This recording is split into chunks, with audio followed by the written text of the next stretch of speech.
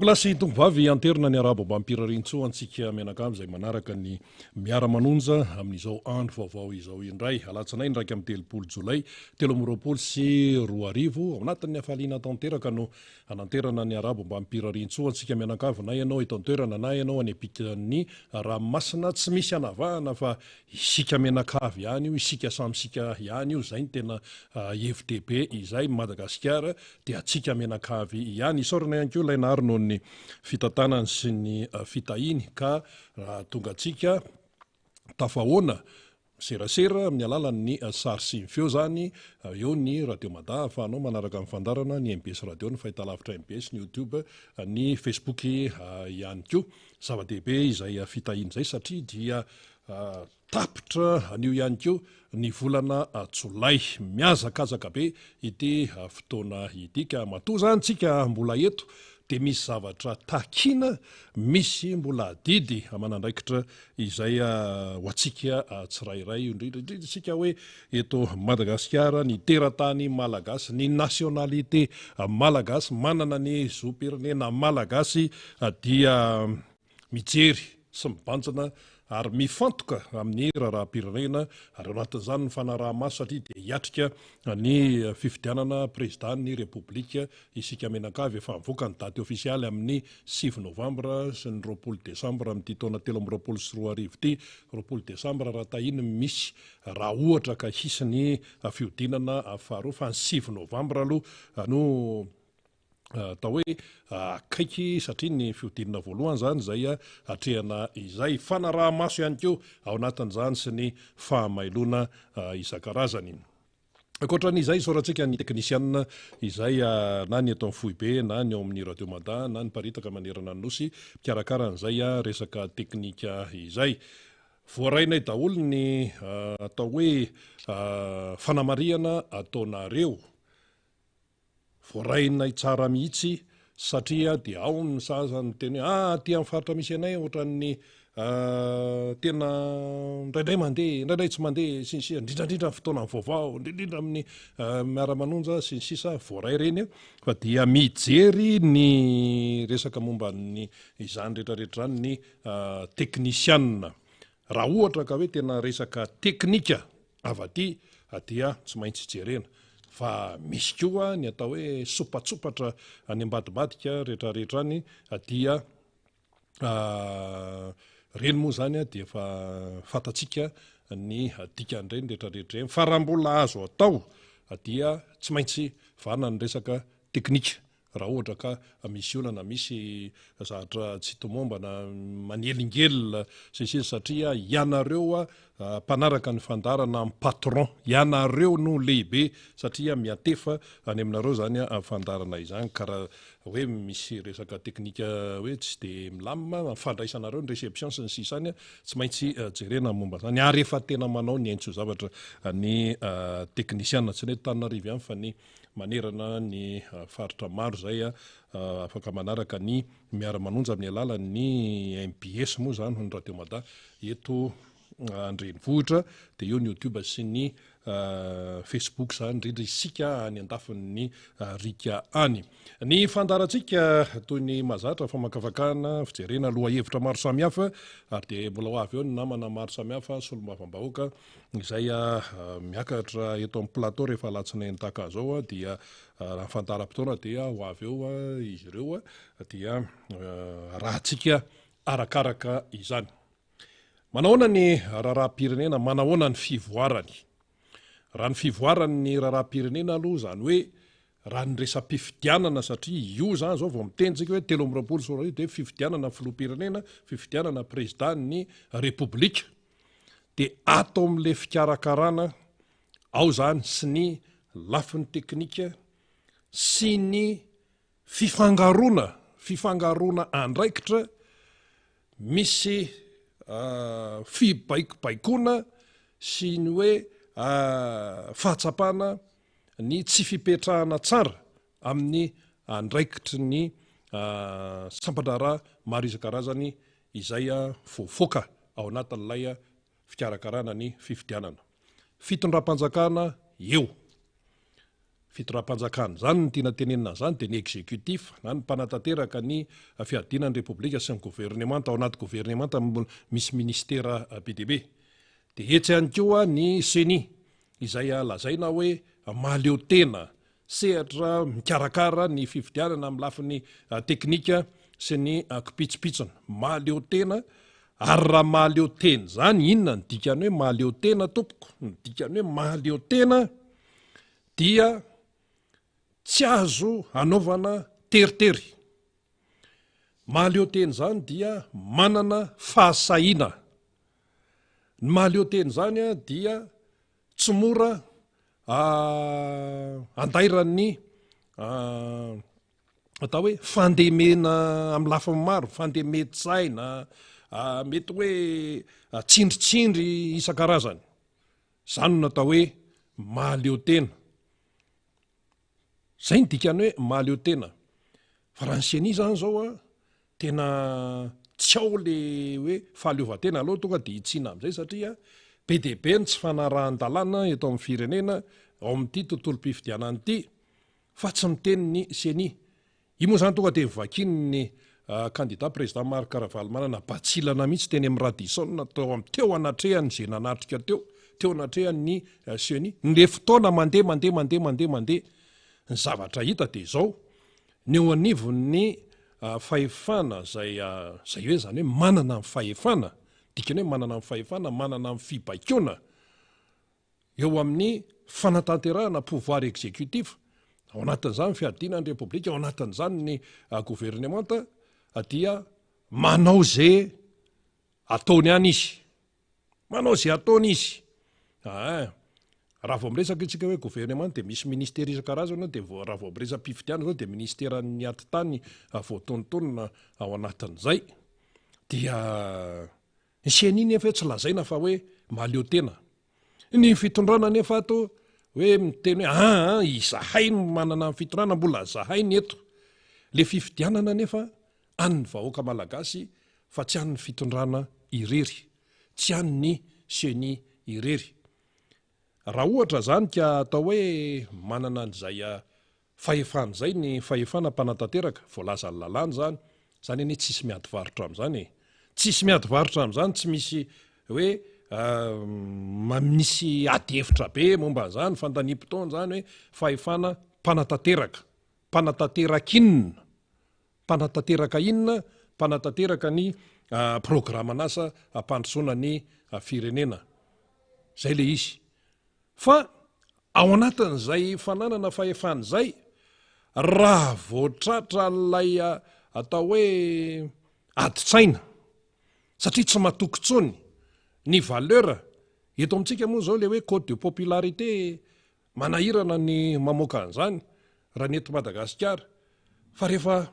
eo amin'le toerana zany dia mandeha daholo ny saina hoe ahoana ny fomba atao, ahoana ny fomba atao mba ampahafantarana ny vahoaka malagasy ny hoe zay zavatra vita, ahoana mba handresen-dahatra ny vahoaka malagasy. Dia eo zany dia mety misy mifanina amintsika, efa propagande melon'ny fotoana ve zany? Sa tena hoe tsy propagande zany fa tena tsy voararany lalàna ny fampahafantarana ny zava-bitan'ny fitondrana na ny gouvernemanta. Fa amintsika aloha, satria tao-pifidiana ity dia tsy adala akory ny vahoaka malagasy ka tsy ahafantatra ny aminy hoe inona ny eo ambadiky ny zavatra izay atao. Lanonam-panjakana ny atao, loko orange no mameno tapin-tanety. Loko orange nefa loko natoky politika. Propagande zany. Propagande zany hoe fampelezan-kevitra melohan'ny fotoana zany. Na izany tsy ahafantatra hoe ny orange lokon'ny TGV. Fa ny filoham-pirenena anie mivoaka vao anatin'ny TGV, filohan'izany atoky zany izy. Dia samy malala ny rehetrarehetra hoe misy mesazy io zavatra io. Mbola any amin'ny resaka hoe akanjo zay fa akoatran'izany, ireo hoe raha tsy mangaika isan-karazany hoe olon'ny fitondrana rehefa miatsehatra izy zany na hoe mitokana zavatra na hoe manao fiaonana ohatran'izany. raha hoe asam-panjakana tsy misy miady hevitra amin'izany ihany koa raha hoe asam-panjakana no atao ka rehefa asam-panjakana za sisina lokoloko atao hoe mi-influencer zany ny atoko fanaovana propagande zany raha hoe resaka lokon'ny fanjakana malagasy fotsy mena maitso fotsy mena maitso ny lokon'ny fanjakana malagasy sy lokon'ny sainam-pirenena zay ny lokon'ny fanjakana malagasy lokon'ny firenena malagasy fa tsy orange ny resaka toko politika indray hafa zao nefa mifangaro tsy fantaratsony hoe lanonana toko ve izy ty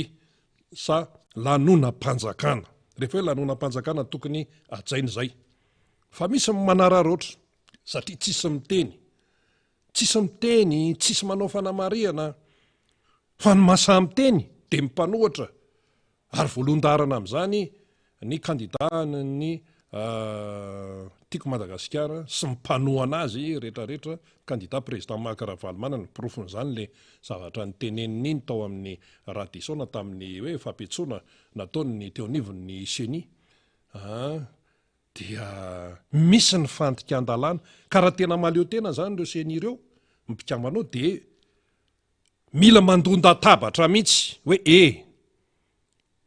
zao no izy manao fampatsiahivana manao rappel à l'ordre tsy maninona mihitsy ane zany manao fampatsiahivana le izy tsy hoe tonga de tena sazy makatsy ary ny seni koa tsy manana fahefana amin'ny resaka hoe manasazy tsy manana andraikitra amin'izany izy raha lalàna fa afaka fa zany tsy midika hoe tsy afaka hiteny izy tsy midika mihitsy zany hoe tsy afaka hiteny izy manoloana ny fandikan-dalàna eto zero iza moa zao ny tena mandika lalàna aiza ny sehatra tena ahitana ny fandikan-dalàna eto amin'ny firenena iza ny tena mandika lalàna ny atoko politika ty amin'ny mpanohatra izay manao ny asany amin'ny mahatoko politika azy hoe sa ny mampiasa an'ilay fahefana any amin'ny tsy tokony ampiasana azy ka raha tena maleo tena marina zany reto ianareo miseny ireo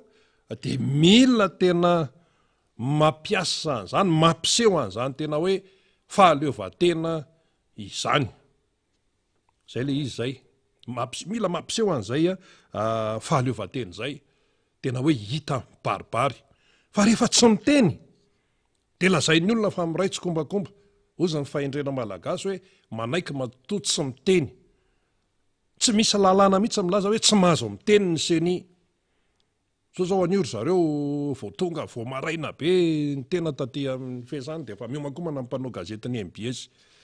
dia hoe ahoana ny izany programa ho any amin'ny seni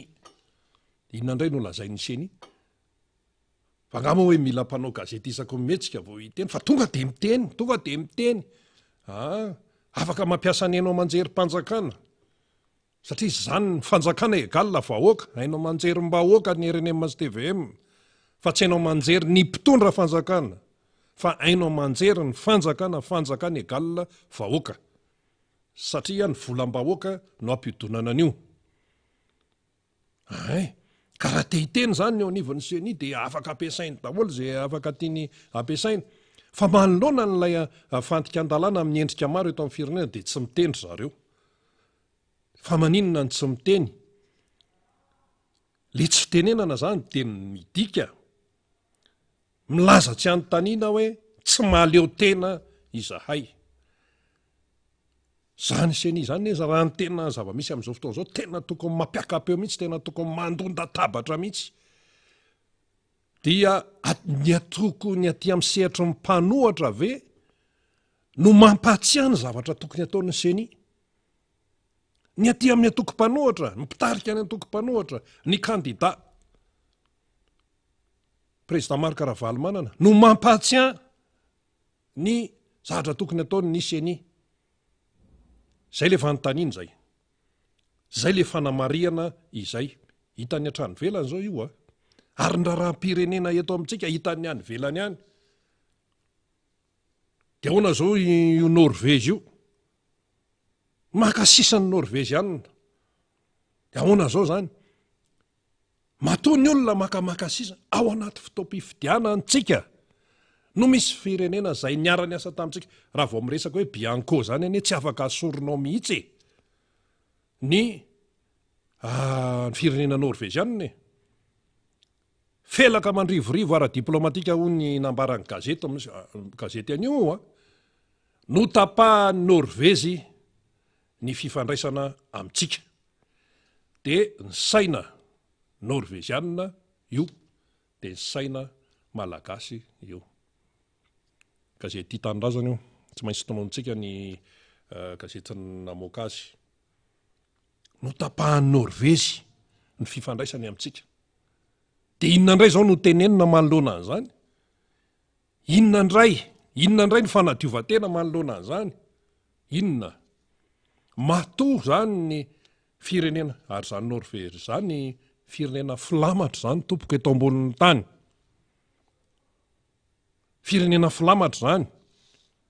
Na eo amin'ny lafininna na eo amin'ny lafininna, eo amin'ny lafin'ny fampandrosoana, eo amin'ny lafin'ny fari-piaina amin'ny vahoaka, eo amin'ny lafin'ny fanajana ny demokrasia, fanajana ny zon'olombelona, ny ady mikolikoly, firenena filamatra izany atao hoe firenena norvégiane zany. Ny fiangonana loterianina moa tena mahay azy tsara, satria ny fiangonana loterianina miara amin'ny eto Madagasikara miara-miasa be mihitsy amin'ny Norvezy. Fa tena hoe firenena filamatra zany, ary tsy mitsitsy zany rehefa hoe izao no izy de izao. Ka ny eto Madagasikara mibilibiloka ko, tsy mandeha ny fahitsina fa mibilibiloka, tsy fantatra intsony hoe ahoana, variana hatramin'ny firenena mpiara-miasa amintsika. Ao nareo zany aloha izy ny Norvégiane. De zany rehetrarehetra zany misy fiatraikany amin'ny zavatra misy eto, satria manao ny tsy fanao. De ty misy taratasy anankiray, taratasy-panjakana ty. Taratasy-panjakana, voaka avy any amin'ny ministera anankiray. Dia ovakitsika ilay izy.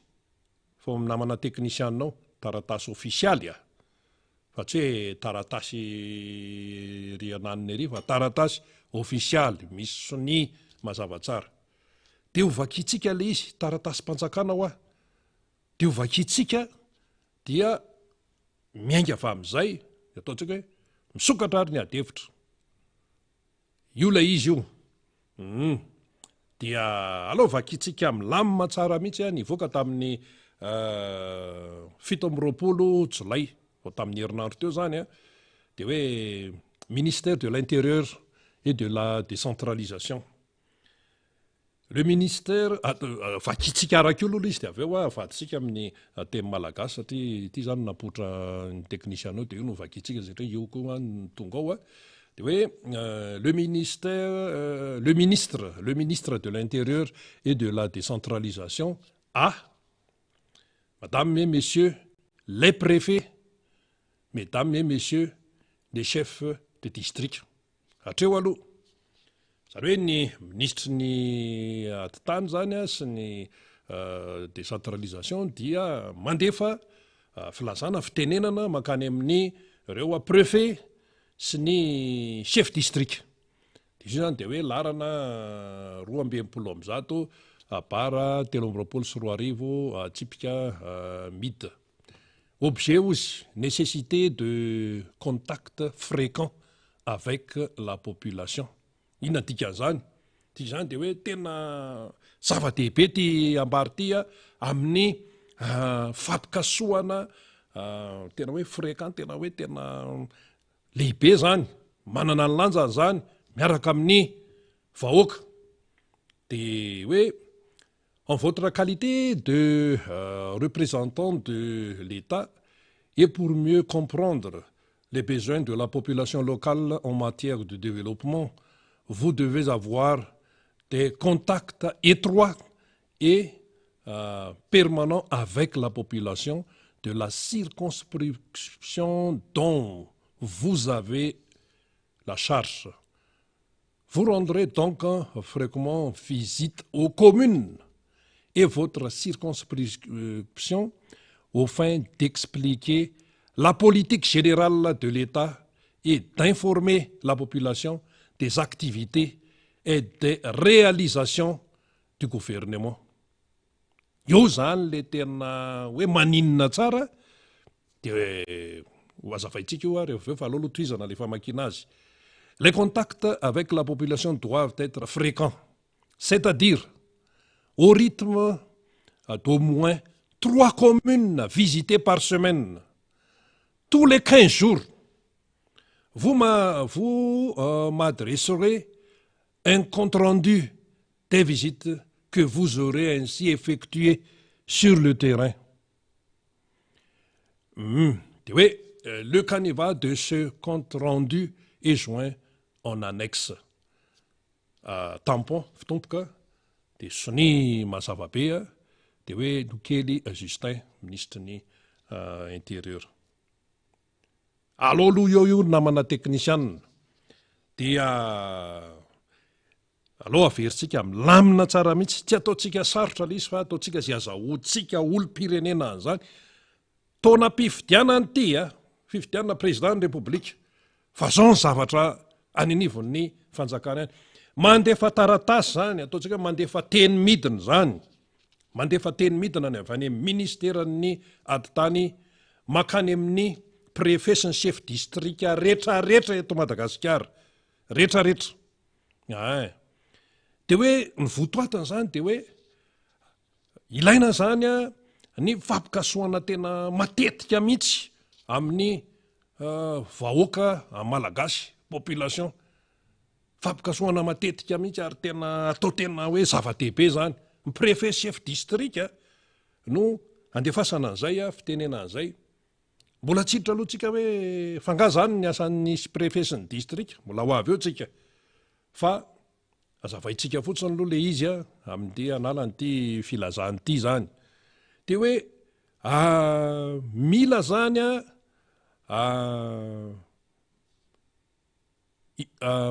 farafakely nozy izy 3 communes, commune anankitelo no tsy maintsy tsidiana,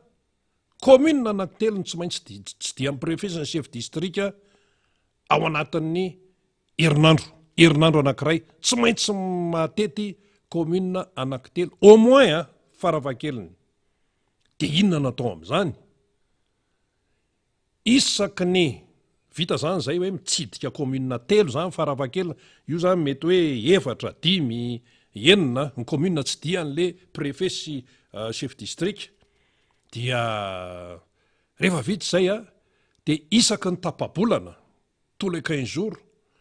vous m'adresserez un compte rendu des visites que vous aurez ainsi effectuées sur le terrain. Isaky ny tapa-bolana zany de manao tatitra, manao compte rendu ny nalehan'ny tany amin'izay commune tsidian'ny tany ireo préfet sy district. Zay aloha amin'iny manao an'le compte rendu. Fa etsy ambony etsy amin'izay, inona no atao any amin'le commune zay alehan'ilay chef district sy ny préfet aninona any. Zany hoe chef district zany manomboka zao sy ny préfet de tsy hitahitantsika anaty birao any fa andehandeha any amin'ny commune satria zay mibaiko mivany amin'ny mpitondra. Raha vao miteny hoe ministeran'ny atitany de mpitondra zay, fanjakana ny dika an'izay, zay mibaiko. Tsy ho hitakitanareo zany ny chef district sy ny ny préfet any amin'ny birao any satria andeha tety commune araka mibaiko. Zay foana mantsy le izy. Antanina ny zandary le manakandalany reny hoe zay mibaiko, zay mibaiko. De hoe aninona any amin'ny ireo commune zay atsidiana. Dia anao fanazavana ny politika ampanjakana kapobeny, d'expliquer la politique générale de l'État. Ary tsy vita an'izay fa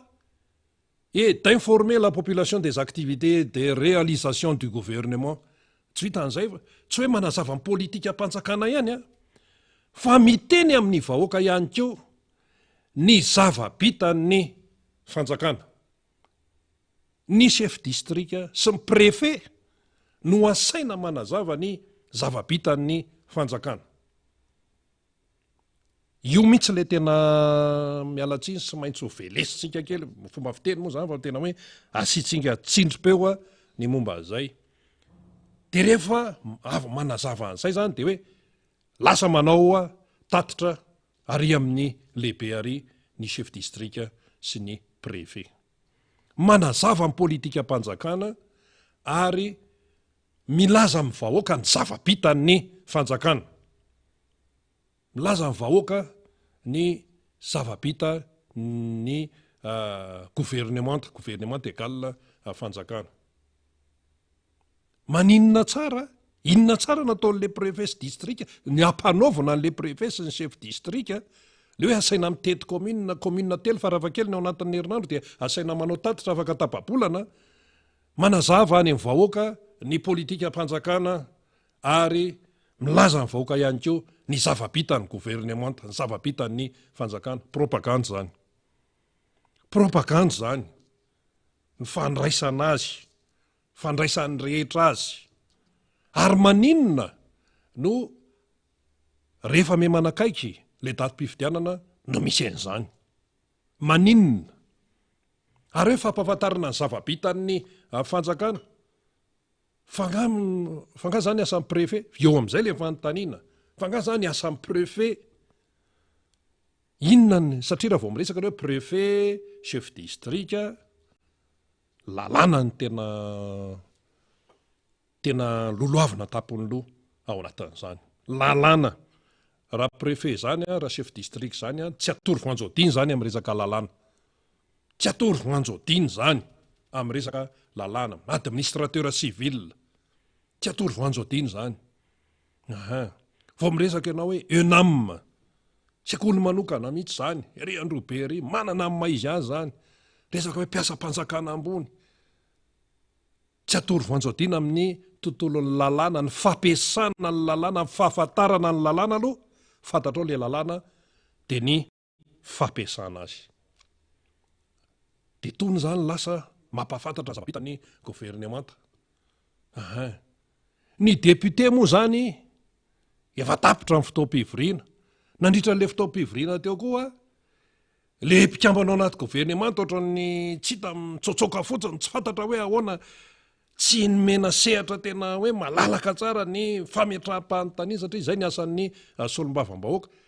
Ka ny solombavam-bahoaka efa tsy mivorontsony araka ny lalàna, fa tapitra.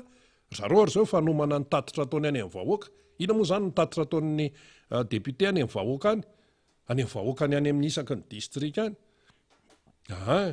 Fa manoloana ny tony zavatra tony zany dia hita hoe tena manao izay tiany atao ny fahefana mpanantanteraka. Satria mikoropaka izy satria memanakaiky le fifidianana.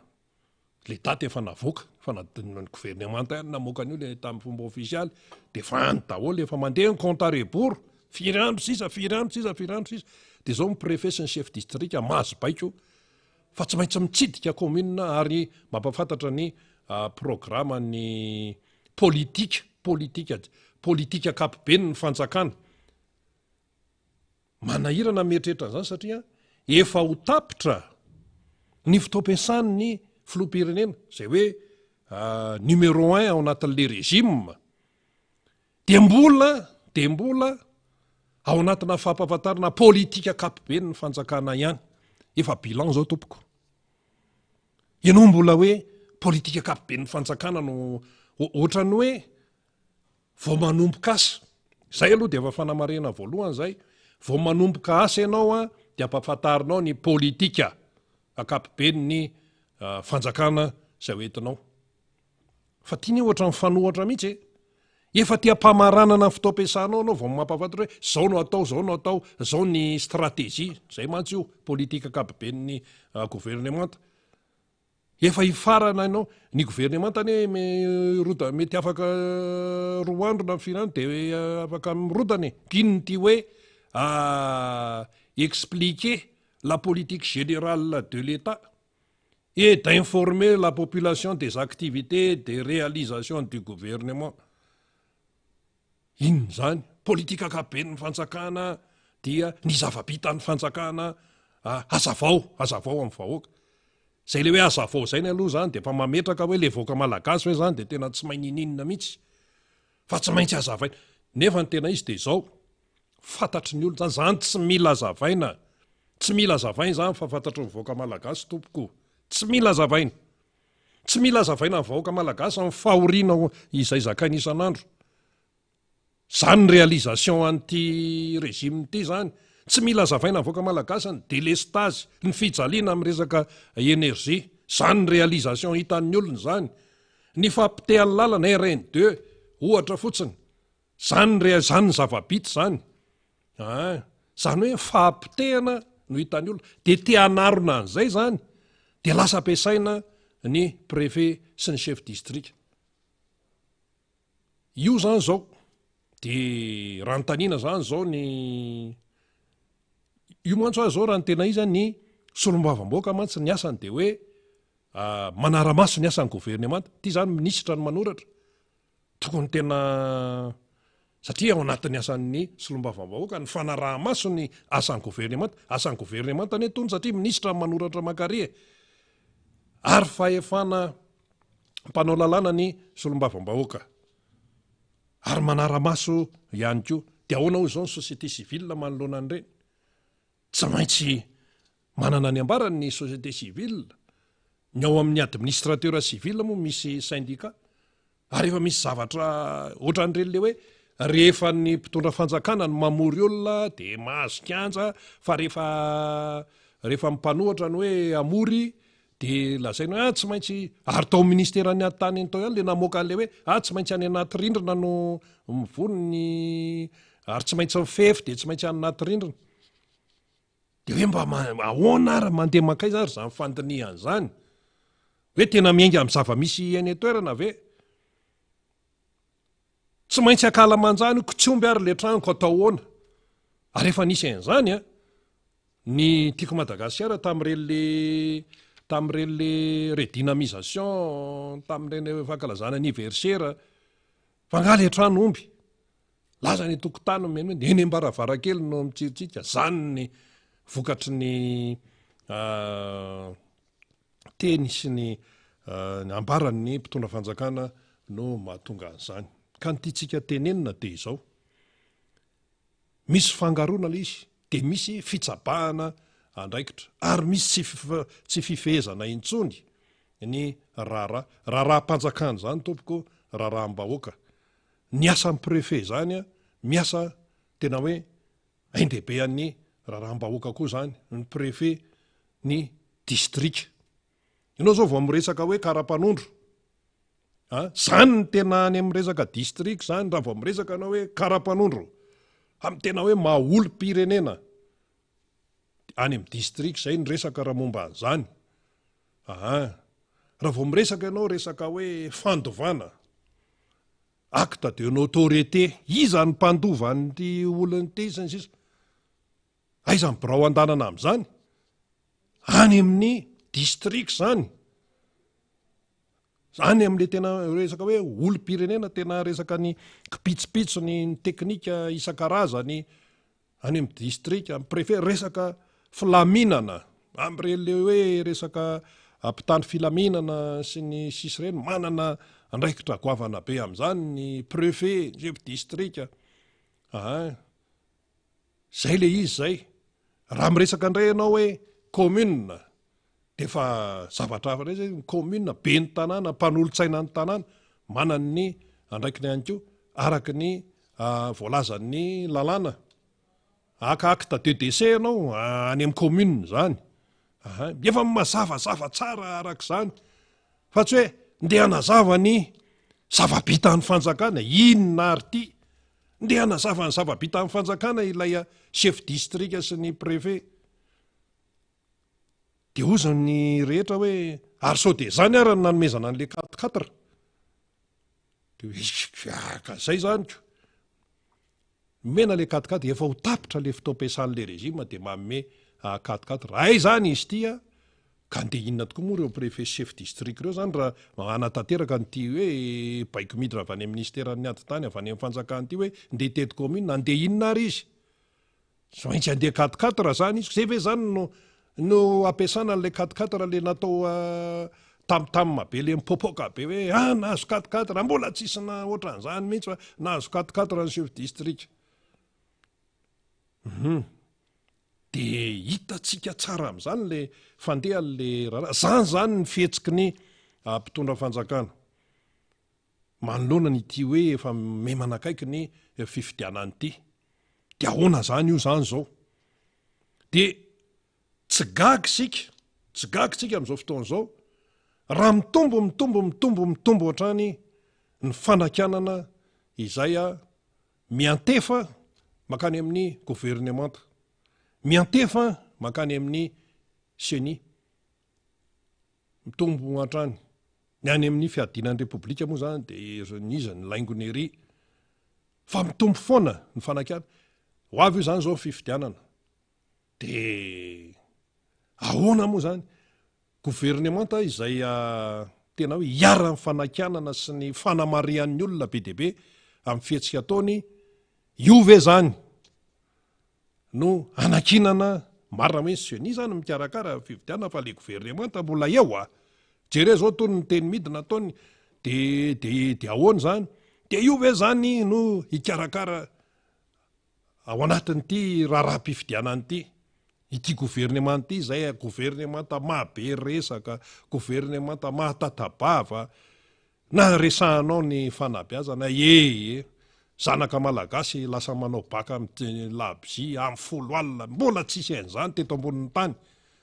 amin'ny folo alina mbola manao fanadinana amin'ny labzi mitsilofina amin'ny labzi miverina any amin'ny 20 taona tany orina mety misy nampiasa hoe jiro inona koa jiro telefona sy ohatran'izany efa tsy izy zany zao roviny efa mandeha hoe zay ny fitsarana amin'ny baka za ahoana fa dia baka spécial mihitsy ity le teo iny fa dia samy miandro moa miandro fa gasy zay le izy dia io gouvernemanta io hoe zany no eo nefa le fifidianana efa memanakaiky ary le izy dia zao vokatry le ataony ny eo anivo ny fitondrana ihany ny lasa mampitombo ny tsy fahatokisan'ny olona azy mampitombo ny tsy fahatokisan'ny mpisehatra politika azy le confiance zany tena tsy ao tsony ka ianao anao fifidianana nefa ny fampitokisana tsy ao reny ahoana moa no atokisana ny seni ahoana moa no atokisana ny gouvernemanta satria le gouvernemanta ny fanjakana izy mbola mialoalo ao foana izy na ahoana eo foana izy ahoana moa zany no ametrahana fitokisana amin'izany nefa ilay fifidianana dia mila mipetraka mihitsy aloha ny fampitokisana atokisan'ny olona ianao raha ohatra ianao ka miasa tsara atokisan'ny olona ianao raha ohatra ianao ka manaraka ny lalàna tsara atokisan'ny olona ianao raha ohatra ianao ka mba manana n'le capacité d'écoute may mieno fa hoe zay zao ny eto dia zay tianay atao ny atao akoatran'izay akoatran'le hoe ny préfet sy ny chef district ampanaovina zavatra tsy tokony ataony mbola eo koa ny gouverneur zany gouverneur zany zavatra foronina zany foronina akaterena fotsiny ny foronina akaterena fotsiny dia ho avy ny fifidianana dia ampiasaina zany ny gouverneur dia eo ny gouverneur dia eo ny préfet dia eo ny chef district dia nyrehetrarehetra any zany ho ampiasaina daholy dia mody fasady fotsiny endrika ety ivelana fotsiny aseho amin'ny sehatra raisam-pirenena hoe zay tena mikarakara fifidianana zay firenena demokratika fa ny any ivelany koa tsy azo sesefana abobotsony amin'izao misy oloteny izy eto misy oloteny eto misy maso sy sofiny ny raisam-pirenena eto Madagasikara ary le baiko omena amin'ny préfet sy ny chef district teo moa amin'ny teny frantsay vao mainka mazava tsara amin'ny any ivelany hoe inona tsara zany areo mahay lalàna tsara mahafantatra tsara ny zava-misy eto amin'ny firenena be dia be zany ny fanaovana zavatra tsy tokony atao eto amin'ity firenena ity ary mbola misy foana mieritreritra hoe ny malagasy dia tsy mahay ninina ny malagasy dia tsy lasa lavitra amin'ny fandinihana ny malagasy dia tsy lasa lavitra amin'ny famakafakana sy amin'ny hoe fijerena ny zava-misy fa ny malagasy dia any fianarana niveau amin'ny fianarana ambany ka noho zany tsy takatry ny malagasy zany na inona ataontsika tsy fantany ny hevitra zany taloha zany fa ny amin'izao efa tsy azo ambakaina ntsony ny malagasy. De rehefa tsy azo ny sasany ambakaina ntsony de ampiasainy am'izay ny ramatahora, ampiasainy am'izay ny tsindritsindry isan-karazany any, indrindrindrindra hoe efa nahazo mimikely tany, indrindrindrindra efa nandrairay tany, dia sahirana tsy afaka mikofoka ntsony ho an'izay nandray ka le nandray keo moa nikolikoly anie, nikolikoly iny mantsy ohatra zany hoe sady misy hoe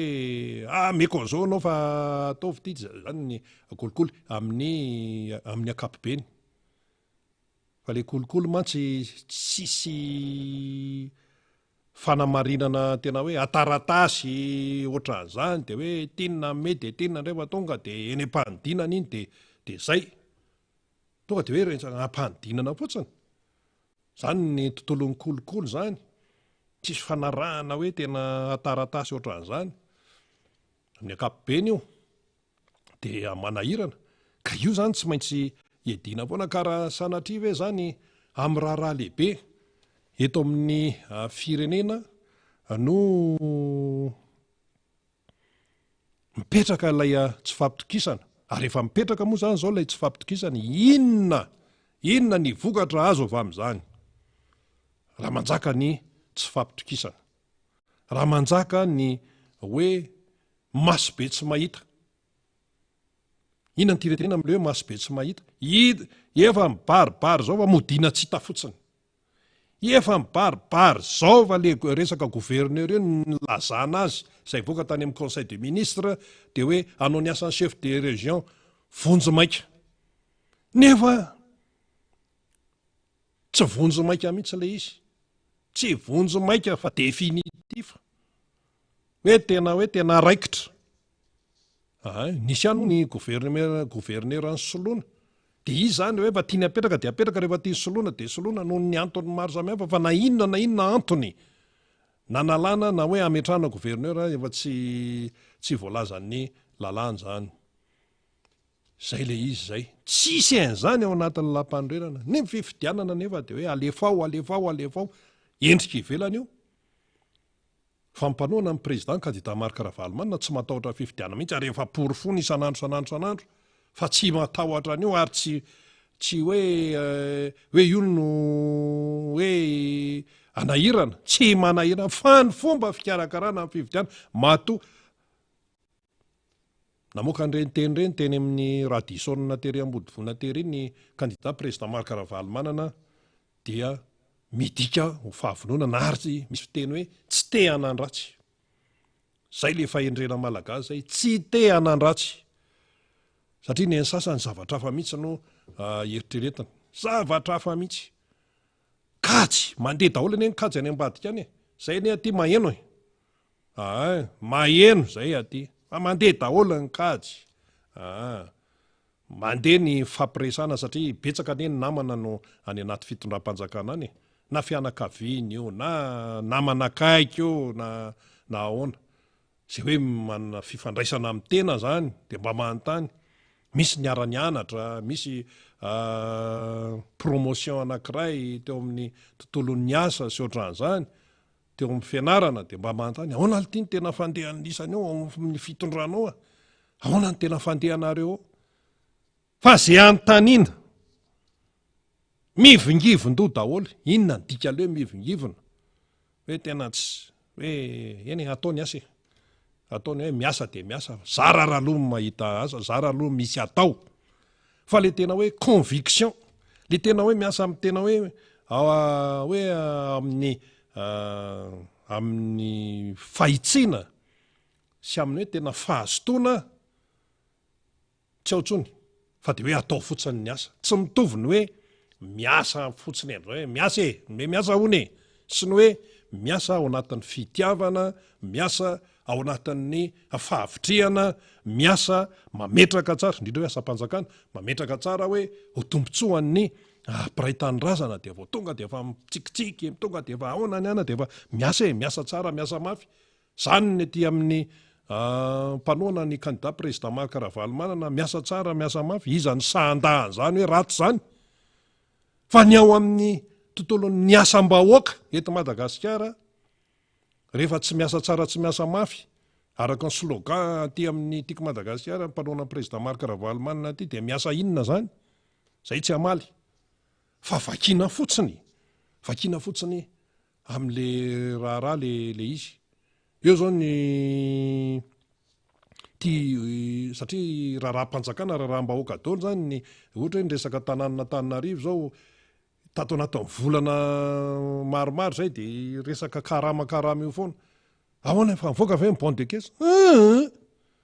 Tsy mbola. Dia zany zao nefa Antananarivo renivohitra efa tenentsika foana raha misy problema ny tanàn'Antananarivo, maninona ny fanjakana tsy tonga dia miditra tsehatra mba hoe atao aloha izay amanana io. Fa dia eo le olona nefa olombelona mihinan-kanina ohatran'ny olona rehetra ihany, mba miaina ohatran'ny olona rehetra. Fa tsy any ihany ny olana, fa tena hoe olana tena efa mahafoaka be ty zavatra ty. Dia eo ny resaka tsy fanarahan-dalàna dia jery fotsiny. Dia nefa rehefa hoe madinika zany hoe manao zavatra tsy mifanaraka amin'ny lalàna, aingana dia aingana mihitsy, tonga dia veleso, tonga dia zao tany misy lalàna eto Madagasikara, tany misy lalàna. Fa rehefa ny lehibe zany manao ny zavatra tsy manaraka an'le lalàna dia tsisy miteny. Ny fifidianana nefa efa mandeha foana ny fotoana, mandeha foana ny fotoana dia efa tsy mipetraka intsony ny fampitokisana ao anatin'izany rehetrarehetra zany. Dia inona moa zany ny dikan'izany? Fifidianana, fitakarana fifidianana tsy misy fampitokisana. Hafahafa zany tsy hoe hafahafa fa manahirana zany. Fikarakarana fifidianana président ny repoblika, anjakany ny tsy fampitokisana, anjakany ny tsy fampitokisana. Fifidianana nefa tena goavana be zay. Iakina ny aim-pirenena zany fifidianana zany, iakina ny aim-bahoaka zany. Ny aty amin'ny tiako Madagasikara, ny aty amin'ny mpanohana ny président Marc Ravalomanana zao dia efa mandeha foana ny, satria zany ny asan'ny atoko ka azagaga, fa mandeha foana ny atao hoe ny fanentanana isan-karazany, fanabeazana amin'ny tontolo politika. Ary le fanabeazana amin'ny tontolo politika tsy hoe mijanona fotsiny hoe mbola latabatra dia maka telefona dia allo, ahoana ny ary, ahoana. Tsy zany, fa tena miditra kianja mihitsy. Tena miditra kianja mihitsy ny mandeha ny kianja zany ny rehetra.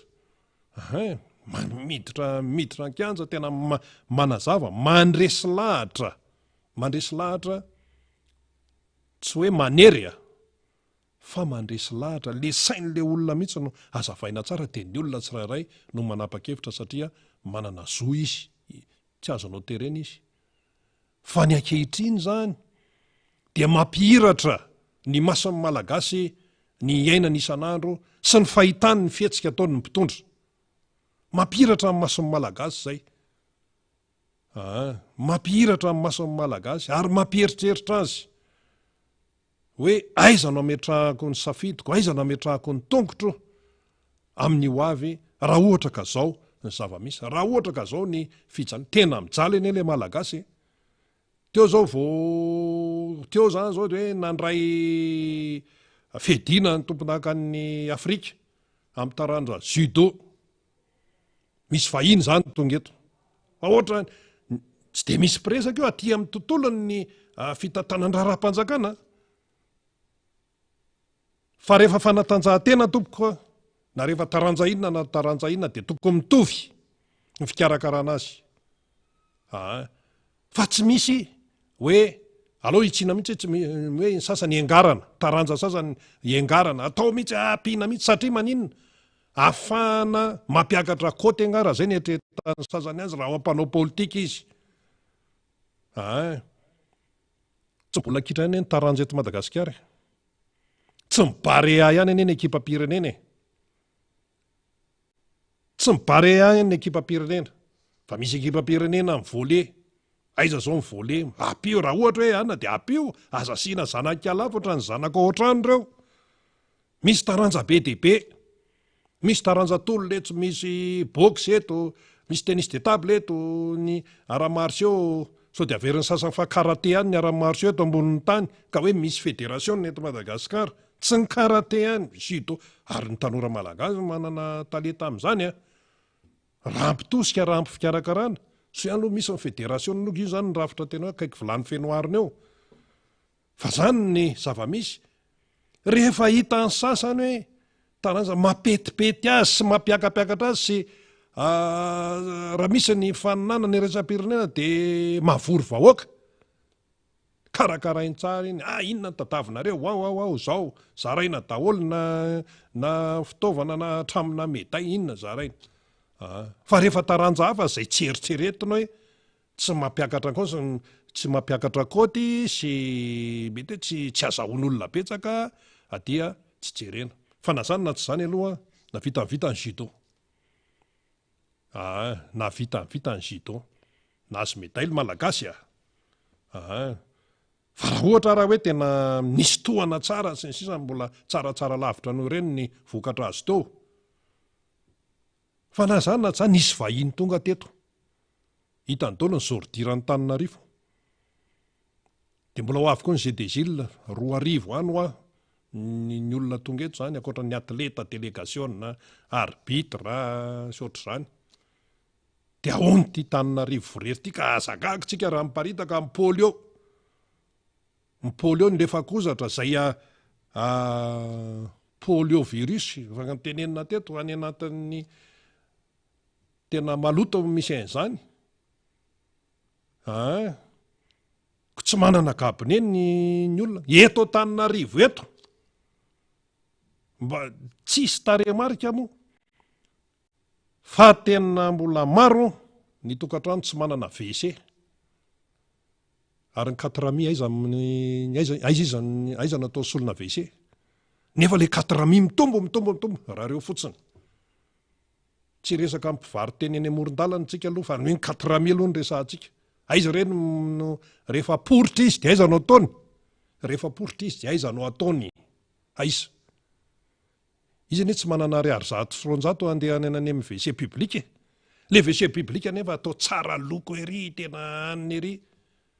Fa le olona tokony hiditra ao tonga dia tairiny eny ambody tamboho eny io tonga dia tairiny eny amin'ny sisisisiny eo iny. Indrindra ny lehilahy. Vehivavy mantsy somary mbola sahirana. Fa resaka loto zany. Resaka loto. Resaka avy-retrana zany. Zay rehefa tena dinianao dia eo ny hoe miankina amin'ilay olona tsirairay aloha satria izy ny tompony tena fa resaka fitantarana no mahatonga an'izany. Fitantarana tsy mipetraka araka ny tokony izy, fanabeazana tsy mipetraka araka ny tokony izy, potika amin'ny fanabeazana eto Madagasikara, fanabeazana mahafoka be, fanabeazana olom-pirenena, fanabeazana tsy hoe mba azo diplôma fotsiny, fa raha hoe manana diplôma hatrany mameno trano ary ianao nefa tsy mahay miaina dia tsisy dikan'izany. Zay ny le izy ka ty raharaham-pifidianany ity izao ny préfet sy ny chef district asaina mampahafantatra ny zava-bitany fanjakana. Asaina mampahafantatra ny zava-bitany fanjakana any amin'ny vahoaka sy manazava ny programme anazy ny gouvernement. Zany ataony asaina ataon'ny préfet dia tsy maintsy manao tatitra. Aiza zany tena le mahizy azy ny préfet sy ny chef district mihitsy ane zany ny tena voatotohany. Tena voatotohana mihitsy satria lasa atao fitaovana politika. Zay ny tena madika azy. Lasa atao fitaovana politika hipasipasohana ny fitondrana. Fa ny préfet sy ny chef district ane marina fa manana ny lehibeany izy amin'ny resaka administration. Ny premier ministre zao ny lehibe ny administration amin'ny ankapobeny eto amin'ny firenena. Zay ny voalaza ny lalàna. Fa natao hanompo vahoaka ireo sy préfet chef district ireo hanao raharaha-bahoaka fa tsy hanompo ny atoko politika, resaka politika ny mpitondra. Zay le izy zay. Resaka atoko politika ary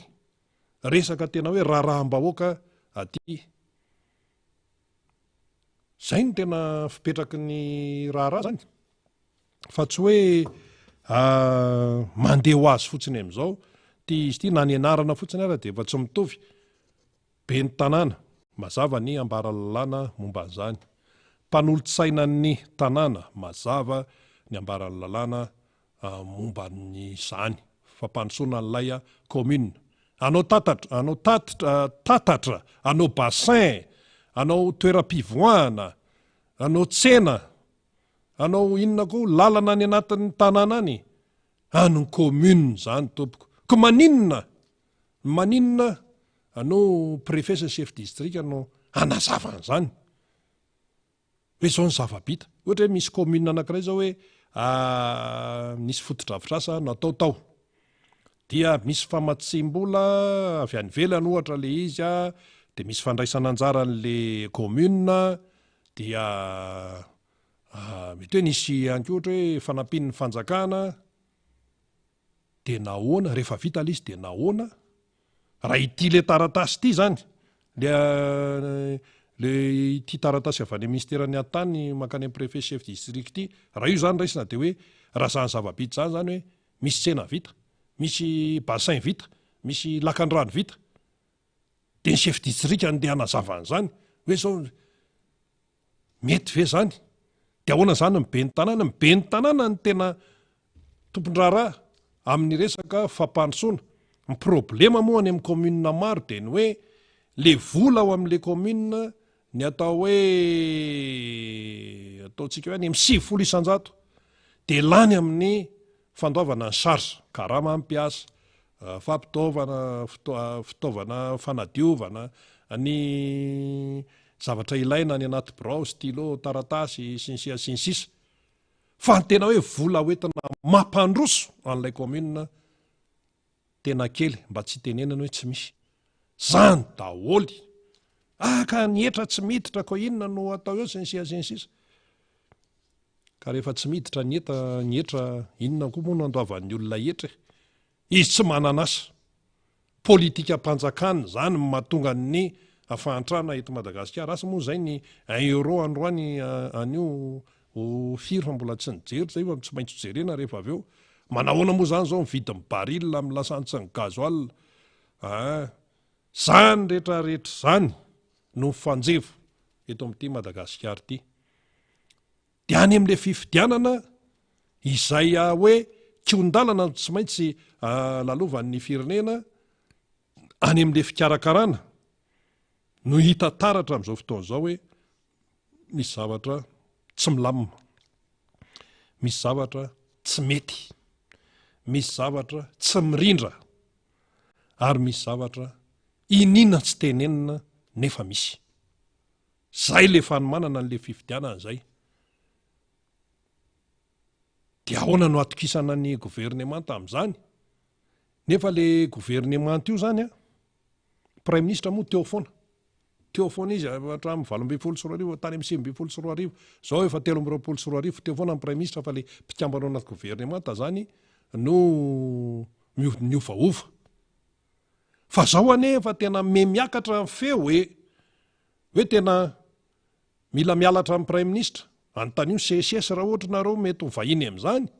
nen'ny CSS zao tonga dia hoe esoro ministre ny prime ministre mihitsy langany tokony esorina maninona zany feo zany no mivoaka fa nga reo mpampianatra pikaroka mpampianatra eo anga zazakely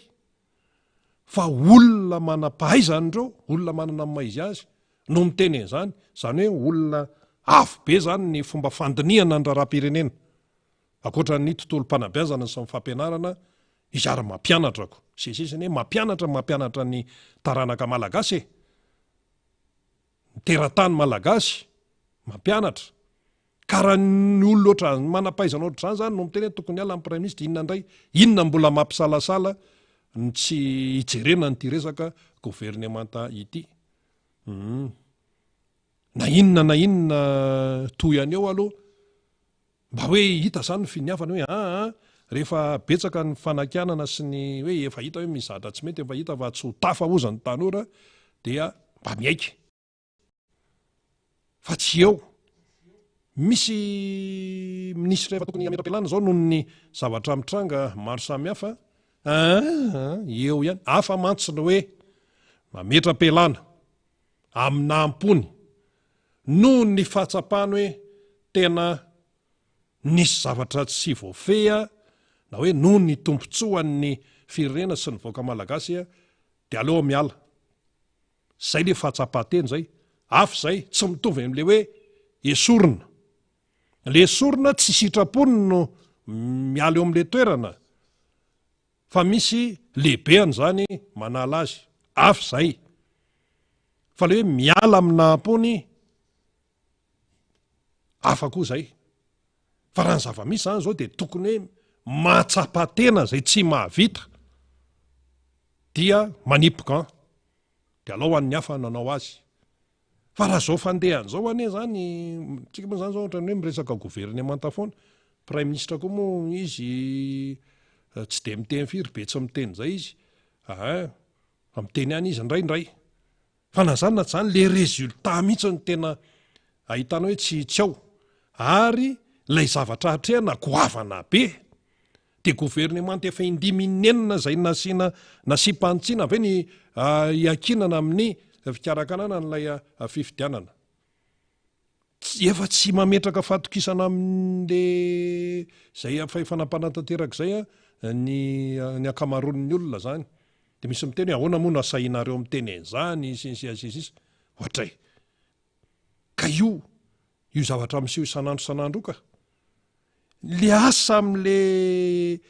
iandreketana isan'andro tsy voafehy. Fandriampahalemana, fanabeazana, foto-drafitrasa, lalana, angovo. Raha vao miresaka angovo dia kalina jirama, herinaratra, rano, tena zay tenenina rehetrarehetra, vidim-piainana, zay tenenina rehetra, tsisy mandeha amin'ny laoniny, tsisy raha manjary ozy ny any an-tsianana, tsisy raha manjary. Tsisy raha manjary. Zay no conclusion zay. Dia zay nefa no ezahana pasipasohana foana ka tsy tafavoaka mihitsy. Dia azakako tsika zany raha mitombo ny feo amin'izao fotoana izao hoe tena tokony gouvernemanta hafa mihitsy mipetraka eo. Zany tsy hoe resaka hoe tsy fitiavana olona, tsy resaka olona mihitsy ity zavatra ity fa tena resaka hoe administration. Misy zavatra mivaralila eto amin'ny firenena amin'ny fomba fitantanana, misy mivaralila, misy tsy au point aussi. Alors sisina teny frantsay zay mantsy ny tian'ny sasany hoe ohatr'izay mampazava azy kokoa. Dia sisika tely amin'izay kelikely an'izay ihany, somary misy teny teknika ihany, misy teny izay ahafahantsika mandray azy. Fa tsy hoe mizesta akory. Fa le azahoantsika azy zany no tena zava-dehibe ao anatin'le izy. Efa be dia be ny zavatra tsy mety, tsy mikolla, mivaralila, tsy haiko intsony izay hitenenana azy fa dia alefaso ihany. Dia zao ny préfet sy ny chef district no asaina mitety commune any. Dia tsy maintsy manao tatitra isaky ny tapa-bolana. Izy ara ny mampanao an'izany. Dia ilay izy baika avy any amin'ny ministra, fa misy ny ministra ihany koa, ny ministra naty-tany mbola misy amboniny. Dia iza ny amboniny? Prime ministre. Dia ny prime ministre koa mbola misy amboniny, ny fiadidiana ny repoblika. Avaiza izany baiko zany. Dia le chef district sy ny préfet ve zany lasa mpanantanteraka baiko. Lasa apafantatra ny zavatra ataon'ny gouvernemanta. Mampahafantatra ny zava-bita. Zany no ataony. Farafaratsiny ary amin'ny be ny tanàna ary. Satria raha ohatra hoe foto-drafitrasa zany anie, inona moa ny idiran'ny chef district tompoko? Amin'ny resaka foto-drafitrasa, amin'ny resaka bassin. Inona ny idiran'ny préfet sy ny chef district amin'ny resaka lalakely, amin'ny resaka tsena. Resaka karapanondro ny azy, resaka acte de l'autorité ny azy, resaka ohatran'izany e. Zany ny azy tena hoe anam-panjakana amin'ny maha-olom-pirenena. Zany ny resaka hoe préfet, chef district. Mba mahafantatra ihany tsika fa tsy dia hoe tsy heverina sasany hoe tsy maininina. Fa raha resaka hoe tsena, raha resaka hoe lavoara, sy ohatran'izany, any amin'ny commune zany, be ny tanàna, mpanolontsaina ny tanàna zany. Dia misy ministera miandraikitra an'izany. Fa tsy ny chef district no asaina mampahafantatra hoe zao no nataon'ny fanjakana. zao ny zavatra vita amin'ny fanjakana. Inona moa zany le zavatra vita amin'ny fanjakana tiana ampitenenina n'ilay chef district sy préfet arakin'le taratasy iny? Inona? Fatany anga zany? Zany ve no andraikiny raha hoe ny lalàna velona? Raha ohatra zany zao hoe administrateur civil dia zany ve ny anarana any amin'ny enamany? Hoe rehefa mavita zavatra ny satria izay le izy teo hoe mampahafantatra ny zava-bitany gouvernemanta, mampahafantatra ny zava-bitany. Le zava-bita io mafoaka be hoe zava-bita hoe amina resaka administration fotsiny na hoe fanatsarana asa inona guichet unique ohatra zany, tsy izay fa raha hoe zava-bita réalisation du gouvernement, zava-bitan'ny gouvernemanta dia préfet chef district nasaina mitenen'izany mikabary momba an'izany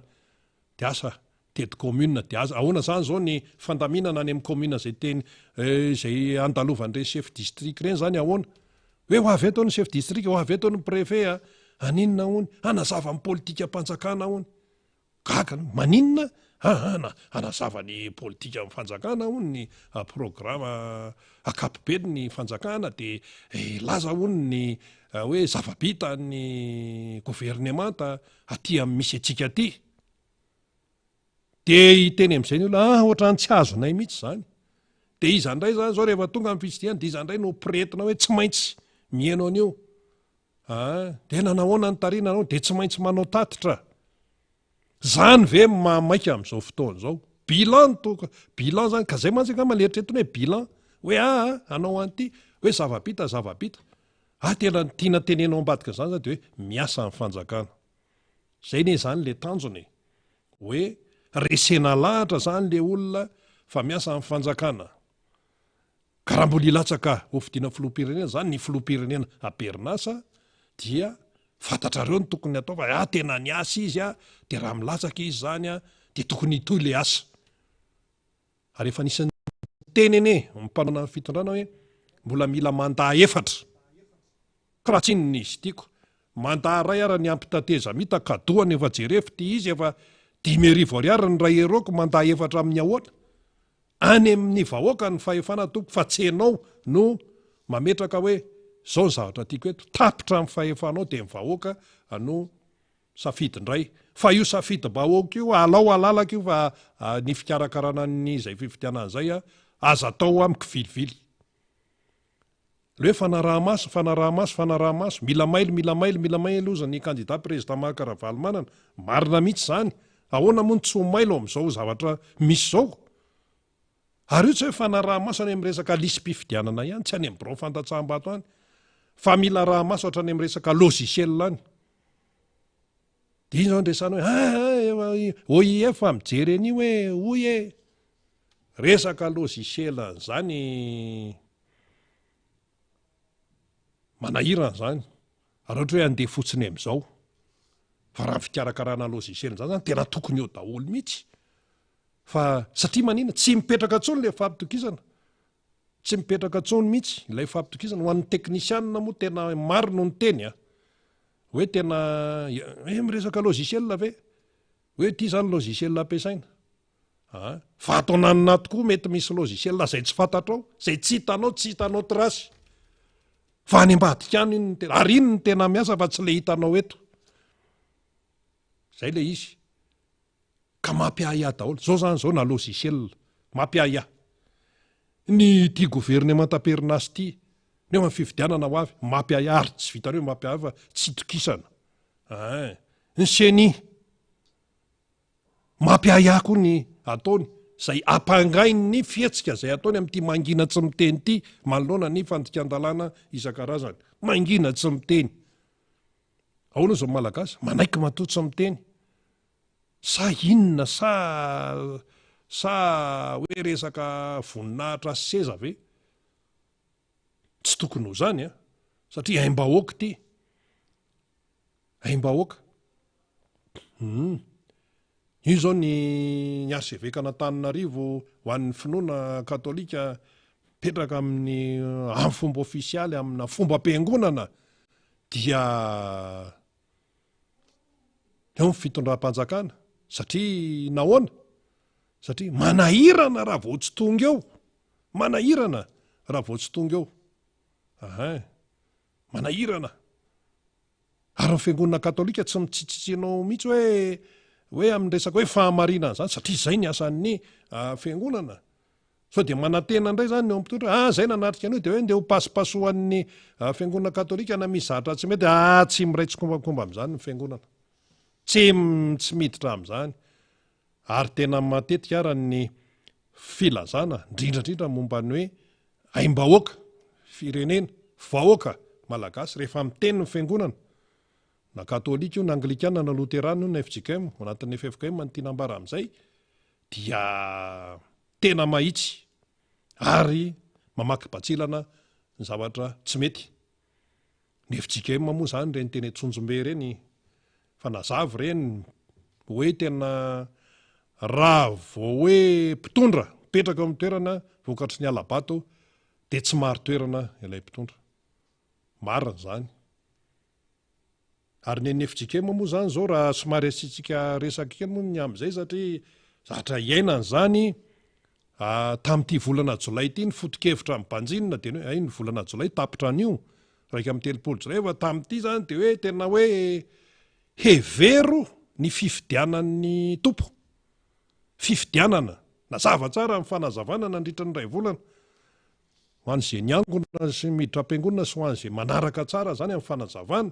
teo nivon'ny FJKM hevero ny fifidianan'ny tompo misy ny mpifidy ozy dia misy ny fidiana misy ny mpifidy dia misy ny fidiana fa ao anatin'izay le tontolo-pifidianan'izay zany tsy hoe hitory-teny eto akory fa mba hoe mampatsiahy fotsiny hoe fizarana amintsika ao anatin'izay tontolo-pifidianan'izay zany raha mifanazavana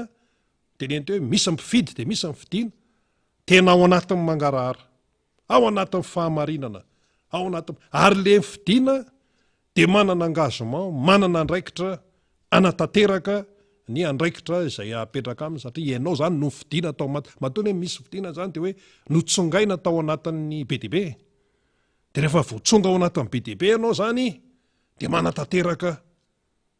ny andraikitra sy ny adidi rehefa tsy tanteraka ao zay dia mifototra aminao ihany rehefa tsy tanteraka ao ianao nefa ny fidiana tao anatin'ny maro rehefa tsy tanteraka ao zay Jesosy Kristy no fidin'ny apôstôly izy fa nisy apôstôly tsy natanteraka zavatra hafa ny nataony namadika dia nanato tena Jodasy io dia zany ve zany le izy manahirana be ary raha Jesosy Kristy no mifidy dia ao anatin'ny fahamarinana tsara misy antony misy rindran-damina tsara hoe 12 no mifidiana tao anatin'ny BDB tany Palestina sy tany Israely tany 12 dia ny ray nanato tena dia 12 sisa dia nandeha ihany ny raharaha taovim-pianatra amin'ny fireneny rehetra rehefa lasa niakatra any an-danitra Jesosy Kristy dia miandro ny fiverenany tsika zao zany le izy zany ka rehefa io zany rehefa hoe tontolo-pifidianana dia mila mazava tsara mila mipetraka tsara ny fampitokisana confiance ao anatin'ilay izy fa raha ohatra ianao zany hoe mpikarakara ny tontolo-pifidianana no tsy atokisan'ny olona tsy hoe tsy atokisan'ny atoko politika ny atoko politika singa anankiray ao anatin'ny firenena fa ny opinion publique zany hoe ny olona amin'ny ankapobeny ny olom-pirenena amin'ny ankapobeny mihitsy no mametra-panontaniana no miaya dia tokony heritreritra izay antefany zany tokony heritreritra fa aty Afrika manahirana be amin'izao amintsika miteny izao ny raharaha aty Afrika io resaka raharaha-pifidiana ny fireneny dehibe miazakazaka mankaty daholy satria may koa ny Inde-moanjo ny Rosianina may ny Amerikanina may ny Sinoa dia aty Afrika aty daholy no mitady namana fa ianao ataony namana ataony inona ataony fakana akora sy ataony fakana olona sy ataony fakana izay azo ny alaina aty fa anjarantsika no misaina ao anatin'izany ka efa leombonanana ny olona amin'izao tena leombonana leo fahantrana tena mijaly anie le malagasy re olona tena mijaly ny malagasy maro anisa zay malaza azy ka inona ny tatitra inona ny fanazavana ataon'ny chef district sy ny préfet any amin'ny commune hoe manazava ny zava-bita amin'ny fanjakana fa mifantatry ny olona aloha zany zao dia mijaly izy fahadiran'ovana mijaly tena enjany zao ny vola vy tena tsisy mety mandray tsony dia miteny ny fitoram-panjakana vola vy anie tena mbola miexista tsara makatsa hoe misy lalàna eto Madagasikara fa ny fari-piainan'ny malagasy efa ambany be le ariary zato amin'izao fotoana izao le ariary zato le raha fitaratasy iny le ariary zato iny tena efa hitanao hoe efa tsisy valera tsisy lanjantsony le ariary zato voatra ny lasa aty amin'ny roanjato aty tsisy voatra ny hoe mampanen'ny sofina fa raha miteny ianao ariary zato tsisy miraran'izany hoe miteny ve ianao 10 tsisy miraran'izany tsony ary tsy mety andray an'izany ny olona hoe 10 nomenao azy 10 anakefatra manome 200 10 manome 200 fa mitovy ihany ny valeran'le vola vy 10 anakefatra sy le 200 raha fitaratasy anankiray fa le vola vy tsy mety mandray tsony ny olona sy lombombo raha ohatra hoe fa merim-bola fa mandeha ho azy zany eto Madagasikara fa nen'ny olona raha ny 1 euro 1 euro mbola afaka andanana métro any an-dafy any andanana bus any mivelany any 1 euro dia iny mbola mizarazara mbola centime be dia be mety amin'ny fiainan'ny olona matanjaka ny toe-karen'ny olona ny enao etiko ariary zany hoe ariary be ve aiza zao ny ariary reny le vola vy le ariary reny aiza tsy mahita an'izany ianao ny 10 ny 10 ny 20 vola vy tsisy fa dia raha fitaratasy izy satria maivana ilay vola malagasy zay lafi ny toe-karena kely zay fa tsika moa zany mifantoka tamin'ny resaka hoe ty resaka préfet chef district misy teny midina vany hoe avy any amin'ny ministeran'ny atany any hoe tsy maintsy mitsidika commune dia ahoana zany ny asan'le préfet chef district any amin'ny Birao any ka misy lefitra sy ana tsy fanadiovan-teny zany fa ny manazava azy dia zao mainy endomboanjo nylay eo anivon'ny fitondrana amin'izao fotoana re régime tena hoe mainy endomboanjo zay mihitsy le fiteny koropaka dia lasa atao daholo ty rehetrarehetra ty fivoriana tsy ka fivoriana ahoana indray nanaovana anyity ahoana an'izao zany ny zava-misy hoy ny fahendrena malagasy hoe aleo enjehan'ny omby masika toy izay enjehan'ny eritreritra ka omby masika zany zao manenjika ny sasany sa ny eritreritra ny manenjika azy satria ny résultat tena ratsy mivokatra ratsy ny avokatra eto amin'ny firenena dia raha zay zany ny fandehany dia inona ary no atao raha ohatra ka zany ny fandehan'ny fiainana eto Madagasikara ny atao dia tsy misy afa-tsy ny mailo fanaraha-maso tsy afaka miala amin'izay mihitsy aloha fa tena ifampiambona eto zany fampiambona amin'ny resaka hoe fampanjakana ny fahamarinana fa tsy hoe iandrikendritohana amin'ny zavatra fa eretany sasany hariva tsy hany fa hoe ifampiandry eto mba hoe ahoana ny ampanjakana an'izay fahamarinana sy ny fahadiovan'ny tontolo-pifidianana ahoana ny fahadiovan'ny tontolo-pifidianana verenantsika kely le resaka logiciel anie tsy mandeha fotsiny amin'izao fa raha ohatra ianao zany miresaka logiciel tsy maintsy misy lisy-pifidianana vato dia io lisy-pifidianana io no mirakitra ny anaran'ny olona izay mananjo ifidy io lisy-pifidianana io zany tsy maintsy marina, tsy maintsy marina io. De iny lisym-pifidianana iny le anaran'olona ao anatin'ny lisym-pifidianana, ao anatin'ny liste électoral, iny no makato amin'le logiciel ato. Ka raha lisym-pifidianana fopla, zany hoe tsy mandeha amin'izay aloha ny maty-mbola ao diso sy ny sisa, iny no mitsofoka atsy, de miodikodinao amin'izay le logiciel, dia voaka ny valim-pifidianana rehefa ry. Hoe iny zany no avy amin'iny no amin'ny voan'le voka-pifidianana rehefa mandeha ny androm-pifidianana. De miasa amin'izay le logiciel. Nefa le anarana tafiditra ao amin'le logiciel, anarana tsy mitombona sady diso no misy anarana tsy tokony ao. De hoe efa nalavaina le hoe fotoana fisoratana anarana ny fokontany. Fa nijerena anie reny zavatra reny nalavaina. Fa mora miteny hoe ka le olona anie misy tsy taitra, tsy any. Fa le fomba atao mihitsy, le fomba atao no tsy mety. Avato amin'ny fokontany le izy de mandeha mankany amin'ny CENI any, de avy eo averin'ny CENI, de misy tsy ao ny anaran'olona. Aiza veranga aty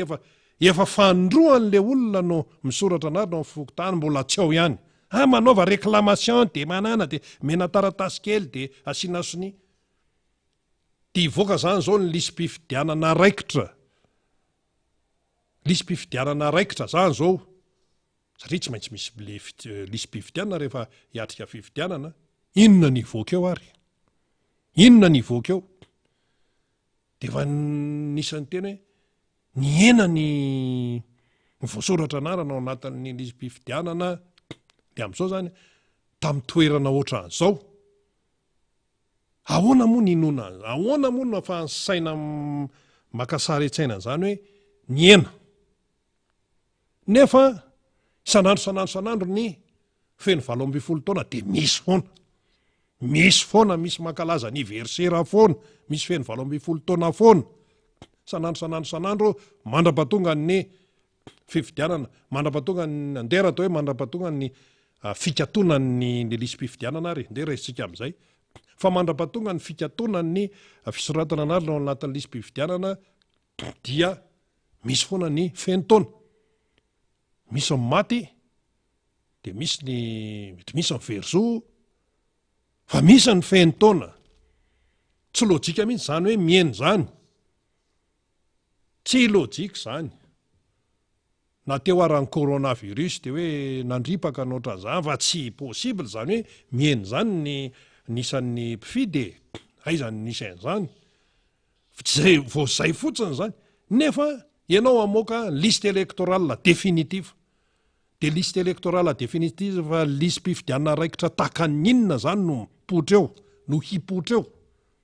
Zay anatanterahana an'le fifidianana, anahirana ity zavatra ity.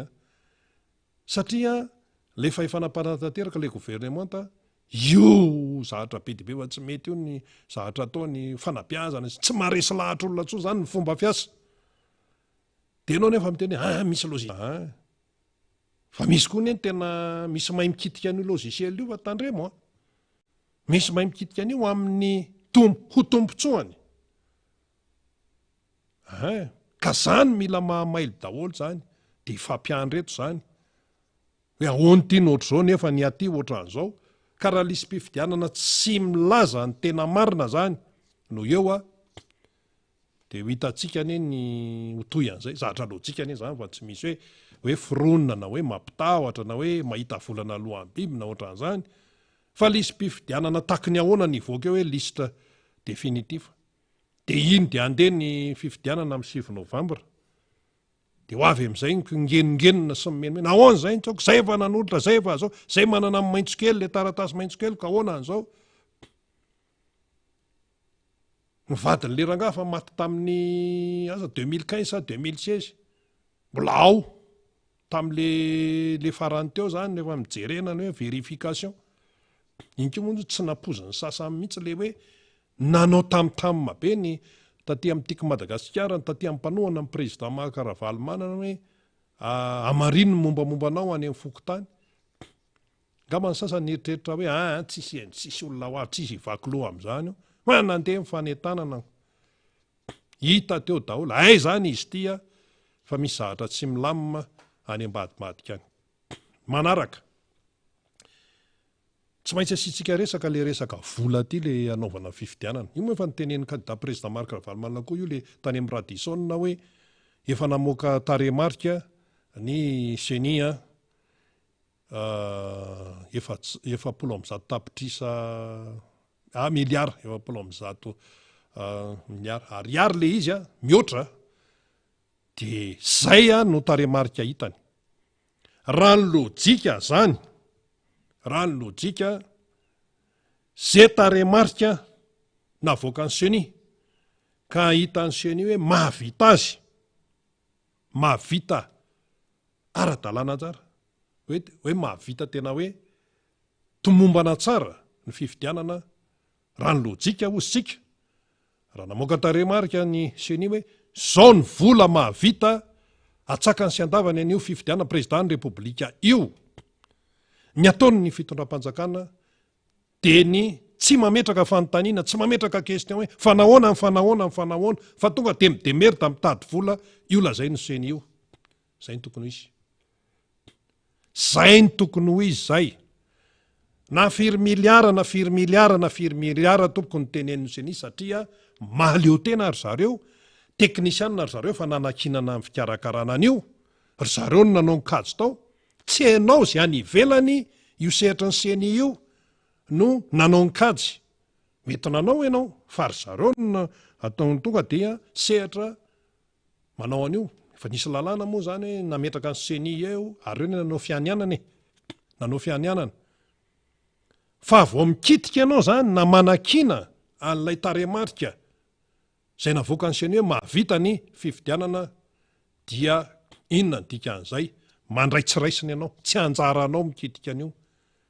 Maninona ny taty amin'ny mpanohatra tsy ny afaka naneo hevitra anie mpanohatra hoe fa nanaja tena ny taty amin'ny mpanohatra taritin'ny candidat président Marc Ravalomanana rehefa namoaka an'io taremarika io ny CENI hoe zao mahavita an'io.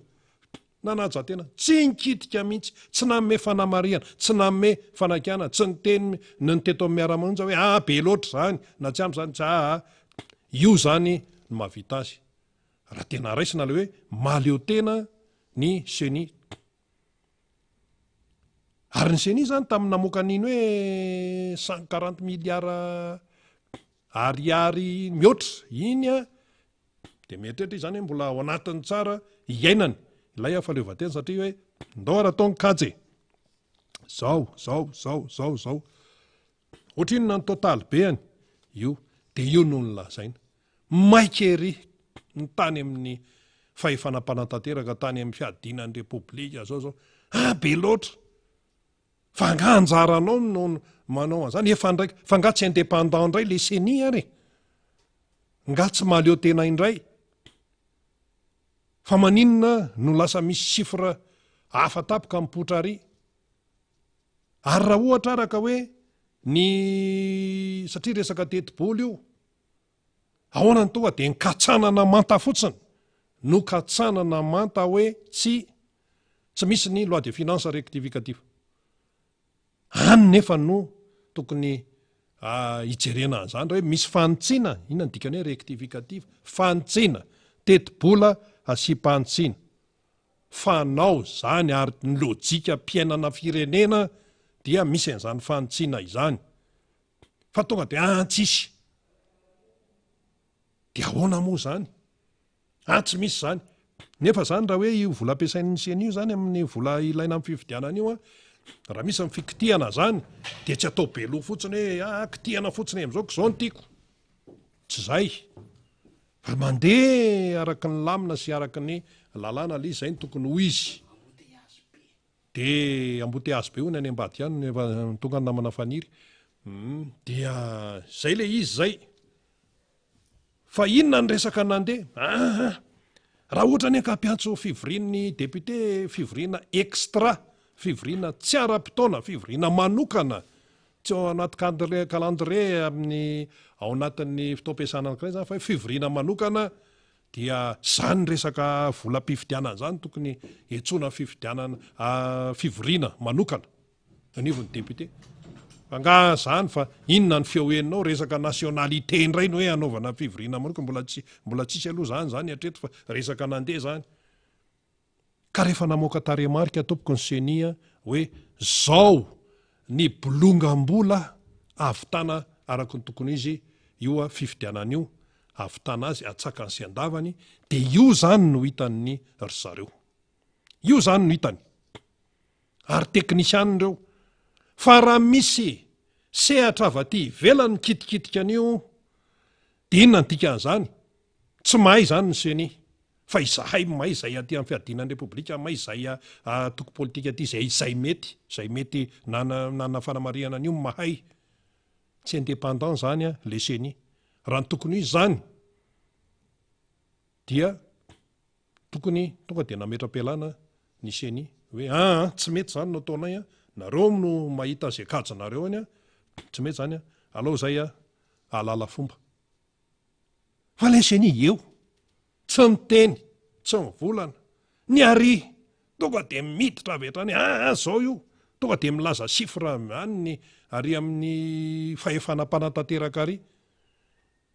ka raha ohatra le fahefanam-panatanteraka tonga de milaza hoe zao ny taremarika mahavita ny fifidianana fa be loatra tokony jerenareo zao tokony fa nga piasan'ny any ny seni tsy piasan'ny fanjakana ny seni fa piasan'ny vahoaka tsy piasan'ny fanjakana ny seni fa piasan'ny vahoaka ary rehefa nomena fahaleovan-tena izy de aza mendimendy ikitikitika ny afahasan'olona ary fa mitady vola no anjaranao teknisianina reo tena hoe zao ohatran'ny hoe arahanao trano anao zany de lasa ianao maka arsitekta zao no tiako anaovana an'le trano ato garazy de asiana efitra zao de asiana rihana de asiana lavarangana de varavarana asiana varavara-pitaratra de asiana varavarana kazo de asio varavaram-by koa raha ngaty ivelan'ina fa be mpangalatra de asio grille de protection de ny tamboho atao azy zao ataon'ny arsitekta daholo ny kajy voaka am'zao zany vola ilaina amin'io de lasa zany le fianakaviana ry ananina ry milasa anao tranonareo io jerena le anina de tonga de be loatra io fa tendakanina be le arsitekta nalainareo fa tokony zao de mahavita an'io mangina ny vava fa ny teknisianina no efa milaza hoe zao samy manany ny andraikitra ametrahana azy teknisianina no milaza de ohatr'izay koa le resaka seni fa le seni zany de eo tsy miteny tsy vola asa moa zay nresahany amin'ny mpanao gazety an'ireo hoe mampiantso mpanao gazety vao maraina ny MBS de efa lasa any asy teny inona fa ny andrasana zany zao de hoe manomboko zao de tena ampisehonay seni mihitsy maha-indépendant-nay zay tsy azo baikobaikona fa tena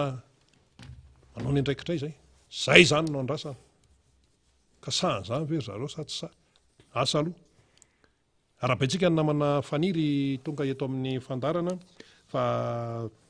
lavalava ihany zay fanazavana no entina zay zany fa dia iny ko ny député Jerry fa miditra moramora avany aloha fa arabaina ihany ko satria totra ny amboteazy be any ambadimadikany mirabanao namana faniry razafy manantany dao ary zatsisy sady miaraba no misaotra andrena ny tantana fandarana manao fialatsiny ihany aloha zany ho an'ny mpanaraka atsika ho an'rena ihany ko satria tena taraiky tao anaty amboteazy tao ny tenako sy député Jerry asa ohatry nisy olana zay tamina resaka taxi be ve sa inona tao ambadika tao zany de tena tohana zay tsy izy mihitsy tsy fakahitana ny fitohanana tao zany nanomboka avy any bypass io bypass mandalo aty akadim-bahoaka miditra any Andrefanambojanahary mbola miporitsaka ny nambotana koa mbola embouteillage mahazo amin'ny fahasakarana mbola embouteillage de le raccourci samihafa zany tsy maintsy nikarohana de tena elana tsiny anaovana fialana tsiny ho antsika mpanaraka ny fahatarana fidirana teto indrindrandrindra ho an'ny namana rena ihany koa zany satria tsy mora ny mitatana ny fandarana anatin'ny adiny ray sasany be zao de isaorany rina zany fa tena io le hoe samy fampizara andraikitra eto zany aloha zany fa de avela isotro rano rina aloha zany andamina zay tokony alamina rehetrarehetra be tabe mivavao faran'ny herinandro aloha alamindamina kely ty rehefa betsaka tahaka izao mivavao faran'ny herinandro zany de fatatsika avy hatrany fa tsy maintsy zay no ho tantarainy aloha zany inona moa zany fa de ny fanampena maso sy ny fanampena na ny zavatra tsy vita ao anatin'ny resaka fizarana vatsitsinjo zay ndray ny azakazany ramose tafaran'ny herinandro teo zany io le ao anatin'le may ambondrona ahoana no ahafahana mikitikitika an'le fomba aoka de vary raigony sy zay fanampinampiny no nentina ny azakazaka tena kianja teny efa elona tsika no tokony sitraka tam'ireny ary efa ampitem-pianana be tabe no azo mivaoka malagasy ta anatin'izay 5 taona latsaka kely zay ka raha misy ny zara de raiso fa aza atao mampiovany safidy sy ny ao an-dohantsika zany sy ny fomba fijerintsika am'izao fiainana izao zany faharoa dia nisy vaovao tamin'ny fanariny herinandro teo nasosany teo anivon'ny ministera ny aty tany de izay mihitsy ny resantsika efa nentin'ny rina teo le izy fa eo le teneniko hoe mpirahalahy fampizara de anomby ty zany de samy mandray ny tandrifiny eto mbola iresaka aniny ny tenako sy député Géry satria ny antony solombamboaka Géry Randriambolaina amin'ny mampikambana azy eo anivon'ny anteny meram-pirenena manakambara betsaka satria misy asany efa tokony nataon'ny gouvernement zay hoadin'ny solombavambaoka azy satria ny solombavambaoka no manara-maso ny asan'ny gouvernement reny préfet chef district zay nomena taratasy reny hidina ny fotony reny dia solotena mpanjakana reny zany le représentant de l'état na izany aza nefa mbola tokony ho tsarainy ny solombavambaoka ny asan'ny gouvernement ary efa nitsarainy zany tamin'ny motion de censure ny altolo-poekevitra ho an'ny fitsim-pahapitikisana fa tokony mbola nitsaraina koa zany amin'ny alala n'lay hoe fifanatrehana rapport d'activité arahana adevitra fa nanao fika elana am'izany ny gouvernement de tokony mbola nitsaraina koa zany tamin'ny alalan'le fifanatrehana amin'ny vatana fasafasa zay misy ansana question réponse kanefa nitady fikelana am'izany foana manœuvre na resaka destitution membre ny bureau permanent no ketrika niketrehany le tao anivon'ny gouvernement zany de vita iny do ataotsika hoe afaka tam'irety solombavambaoka reto zany satria mamay ny fanontaniana ho apetraky ny solombavambaoka ary natahorany gouvernement mafy de mafy zany rehetrarehetra zany akatoko zao fifidianana zao de nalefa n'izy menakavy an'izay le taratasy zay narotsaka eny anivony reny préfet chef district reny de ministre tahaka ny mahazatra ministre ny atany Andriamatoto-kely Justin no nandefa an'izay taratasy zay ho resahantsika zay rehefa aveo fa norotsika iaraba avy hatrany solombavambaoka Géry Randriambolaina miaraka amiko am'ty marainy ity député miaraba miaraba ny namana faniry miaraba ihany koa ny namana teknisiana rehetrarehetra ao ambadika ao miaraba ny vahoaka malagasy rehetra zay manjoy zao miara-manjoso indray ny tenako ary miaraba ihany koa ny ireo namana zay mangataka tokokoa aty amin'ny district Navakadrano anareo avany Talata nareo avany Sapotsyname anareo sy avaratra Ambomanga Rova eo ihany koa nareo avao Kadikely Manandrina nareo avao Lasora Kadinandrina zay asina resaka kely manokana ihany koa namana fanira aveo fa anisan'ny nanokatra tsena be tany koa tamin'ny Azoma ny tenako dia nahitana zavatra mahafinaritra be dehibe tany de zay koa no iarapana manokana nareo avokadinandrina miaraba ihany koa ny Ambomanambola miaraba n'Ambomangakely miaraba Viliazo miaraba Feferana dia ialana tsiny raha ohatra ka misy tsy voaraba fa de tena maro nareo nangataka an'izay kokoa zay fa de kokoa an'ny vahoaka Navakadrano rehetrarehetra dia zay no azoko aroso am'izay fiarabana zay namana faniry eny ary de alohatsika hitatara ny vaovao atao trano moa zany ny zava-misy hiatrehana indrindra ny fifidianana sy ny fandaminana samy hafa ka manao fitsidiam-palitra any faritra atsimo andrefanany ny solombavambaoka Mambra Benrina sady secrétaire général faharoa mpikambana ao anatin'ny bureau politique ny antokotiko Madagasikara omaly zany de nisy izay fionana tamin'ny tompona andraikitra samy hafa any amin'ny faritra atsimo andrefan'izay ho fiatrehana ny fifidianana fanomanana hiatrehana ny fifidianana ary ihany koa ny fampivondrona kery ao anatin'ilay komity manoana Marc Ravalomanina na KMMR de tsara ny fionanomaly député Géry Randriambolaina satria dia marobe reo tompona ndraikitra avy amin'ny antoko tiako Madagasikara atao atsimo andrefana zany zay tompona ndraikitra osika no namaly izao antso izao ahafahana midinidinika sy mifampiresaka eo ny tanora io ihany koa reo tompona ndraikitra ny antoko zany zay nitarihan'ny solombambaoko isika zay mpikamana ao anatin'ny bureau politique secrétaire général faharoa Andriamatoa Mamihera Benrina androany dia ny ios indray izy no iona am'ireo mpikatroka ny antoko tiako Madagasikara ary efa tonga anatin'izay hoe fandaminana fampijoroana ny komity mpanoana zay ihany koa sady nitondra io to ny zava-dehibe nitondra ny toromarika ny bureau politique zany ny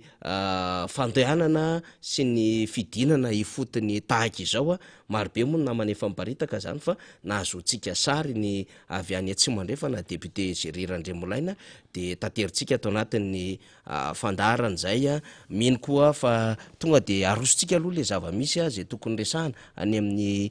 distrika samihafa sy ny vaovao samihafa député Géry de hoe hiditra amin'ny raharaham-pirenena avy hatrany isika. Ho fanamafisana ny efa voalazanao moa zany tamin'ny atao hoe fidinana ifotony amin'ny famondronana ny ekipa indrindraindrindra ihany koa raha natsiarotsika tamin'ny fivoriana nanaovana ny congrès teny Macro Tanjombato dia fananambara tamin'ny fomba ofisialy président Marc Ravalomanina hoe atsangano ny komity mpanona rehetrarehetra na ny KMMR de anisan'ny fananganana an'ireny atao hoe KMMR eny anivon'ny district eny anivon'ny faritra eny anivon'ny commune zany no descente efa ho ataon'ny bureau politique miaraka amin'ny solombavambahoaka andray ihany koa zany amin'izao fotoana izao misy reo efa lasa misy ihany koa mbola vao andeha fanamafisana fotsiny ngamba namana faniry de tena hoe ny raha any amin'ny faritra atsimo andrefana iny zany de député Mamira Benrina sy député Rastany de député honorable Rastany io amin'izao fotoana izao de efa namonjy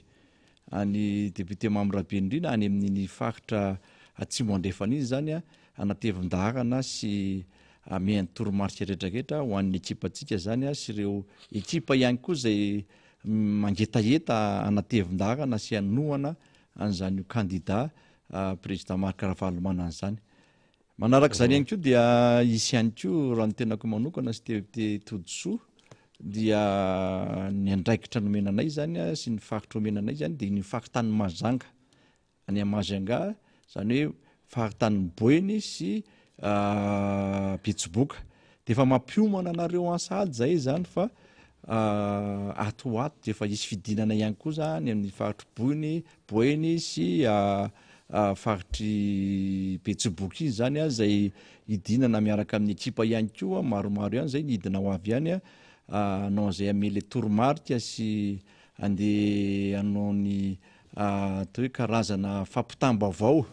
sy ny atao hoe paikady entitsika mialohan'ny fifidianana dia fa ho avy tsy elany aminareo koa zany zay fa tsy maintsy ifampiantotsika fa mampiomana anareo fa tsy ho ela tsony zay zavatra zay fa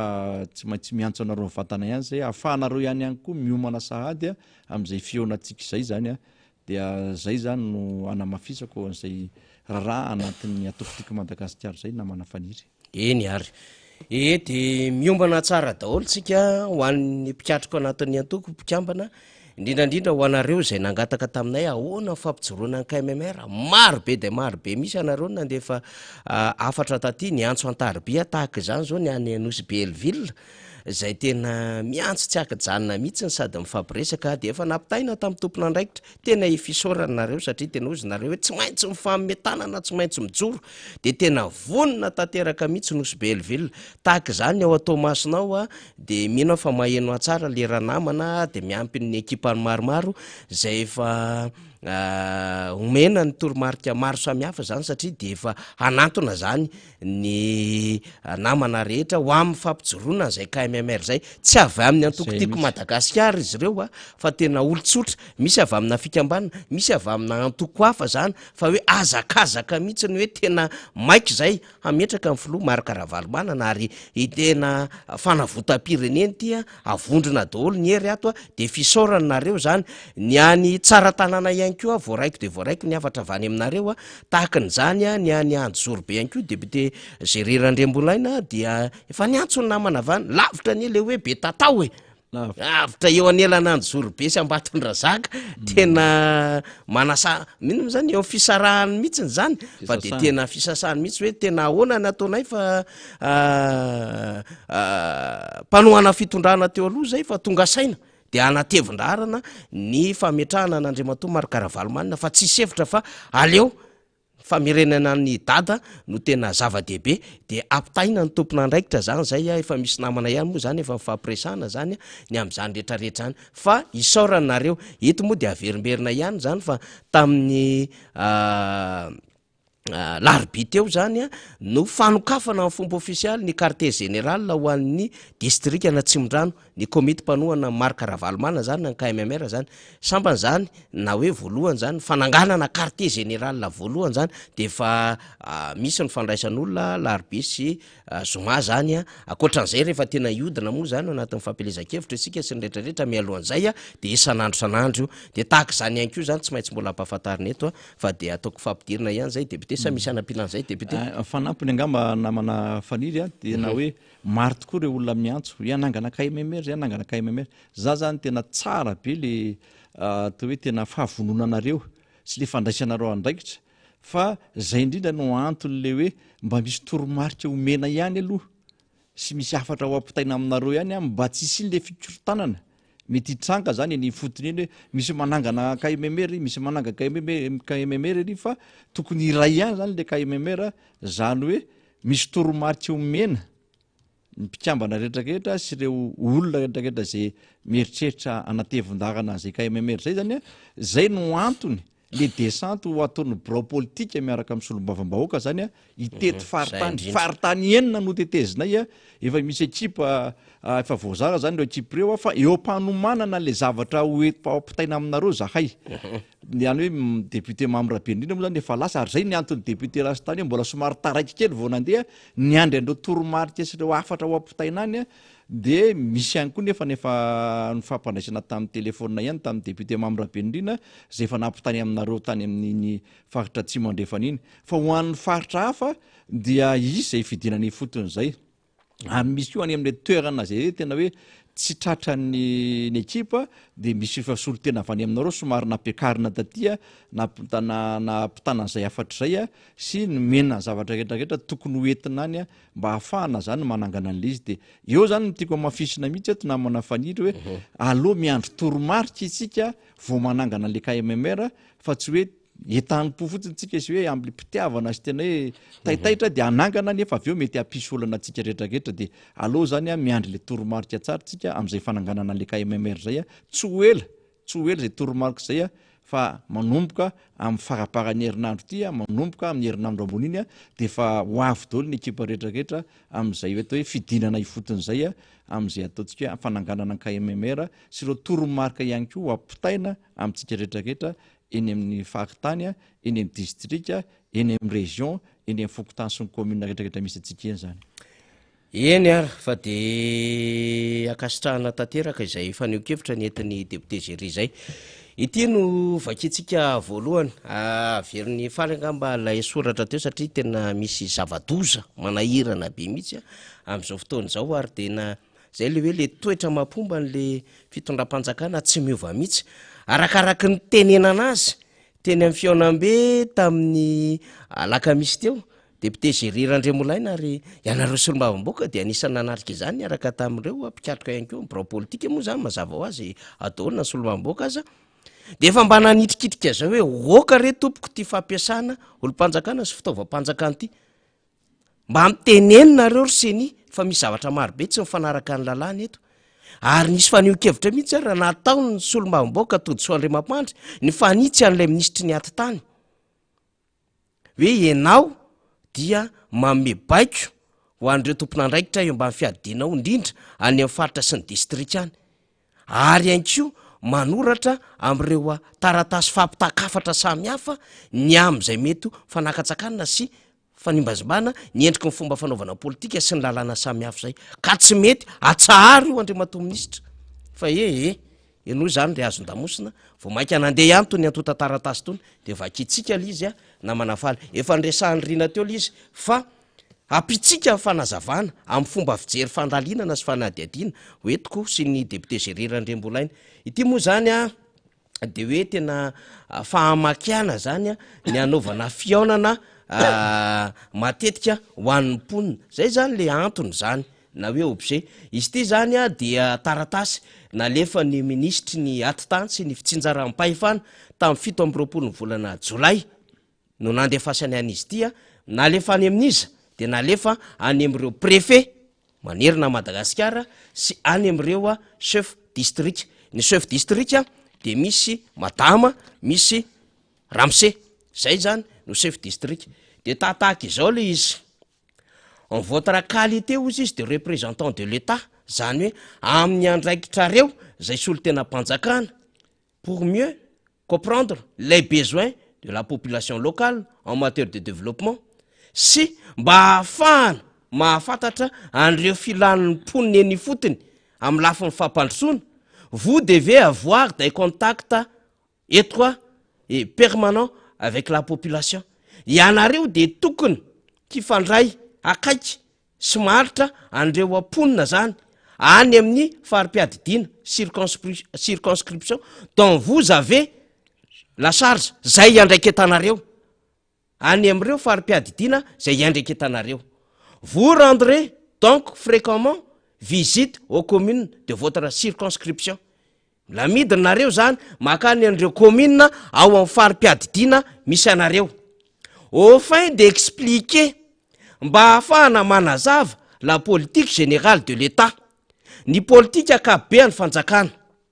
mba ahafahana manazava ny politika akabeany fanjakana et informer mampahafantatra la population des activités ny mponina am'ireo asa et des réalisations du gouvernement sy ireo zava-bitany gouvernemanta telo averiko tsara au fin d'expliquer ozy izy la politique générale de l'État mba hanazava amin'ny politika akabeany fanjakana et informer ny population ampahafantatra mponina ny asan'ny fanjakana sy ny zava-bitany fanjakana telo zany zay les contacts avec la population doivent être fréquents tena ilaina matetiky zany fidinana fionana amin'ireo mponinareo c'est-à-dire au rythme d'au moins 3 communes visitées par semaine zany hoe tokony havita zany commune telo isan-kerinandro reto préfet sy chef district reto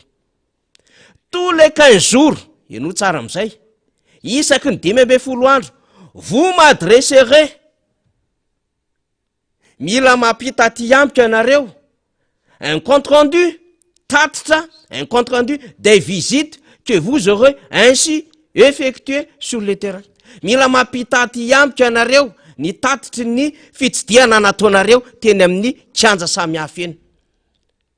le canevas de ce compte rendu est joint en annexe ny canevas zany ny tsorotsorotry ny endriky ny fanomezana an'izay atatitra zay dia ampiarahana am'ty taratasy ity ny zahantsika nadika teny gasy mihitsy le izy na de efa mivakiny rina teo ary ahafantaratsika ohatry zany le fanjakana am'izao fotoana zao de manosony azy itokely Justin zay izy moa tokely Justin dia ministry ny atitany sy ny fitsinjaram-pahefana député Gererandrembolaina telo volana tsy atongavan'le fifidianana satria tsika zao mamarana volana jolay miditra volana août septembre octobre tonga de fa novembre mitotona averenikely izy teo falazafady mitotona lay taratasy eto manko zany azo mitady hoe note ty sa inony ty sa circulaire atsotro ty fa amin'ny akabeany aloha zany de etra ny endrika note ty alefa ty mandeha makany am'ireo tompona andraikitry ny préfet sy ny chef district de io ny asa telo ao anatiny efa manda ho tapitra de asaina midina ny préfet sy ny chef district zay représentant de l'État zay ny laloviny etsy ambony en votre qualité io no asaina mitondra an'le adevitra midina any am'le circonscription de hoe anazava ny politique générale de l'État efa tapitra le mandat amin'io anazava ny activité sy ny réalisation le gouvernement député Gererandrembolaina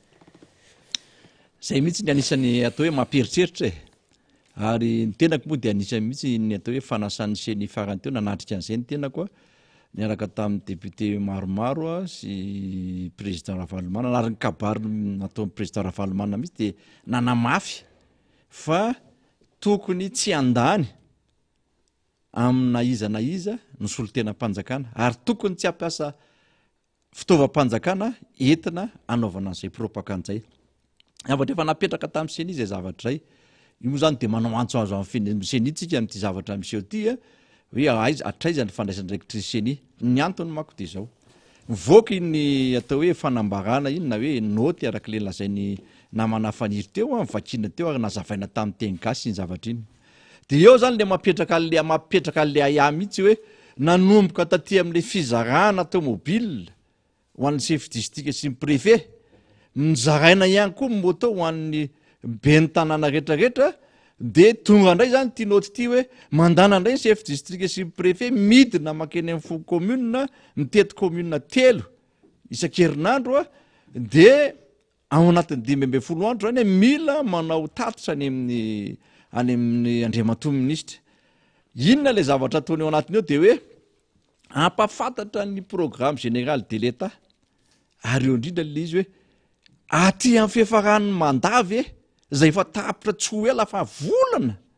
vitsivitsy andro vitsivitsy izy tapitra ny mandahan'ny filoham-pirenena any ve anao vao ampafantatra ny programme anasan'ny gouvernement mamperitreritra zany zavatra zany eo ihany koa ny atao hoe le fomba atao zany amin'ny zavatra ohatran'izao satria tena hoe mipetraka le aya hoe inona marina zany ny zavatra mety isy mialohan'ny fifidianana zao zany de efa mety andeha ny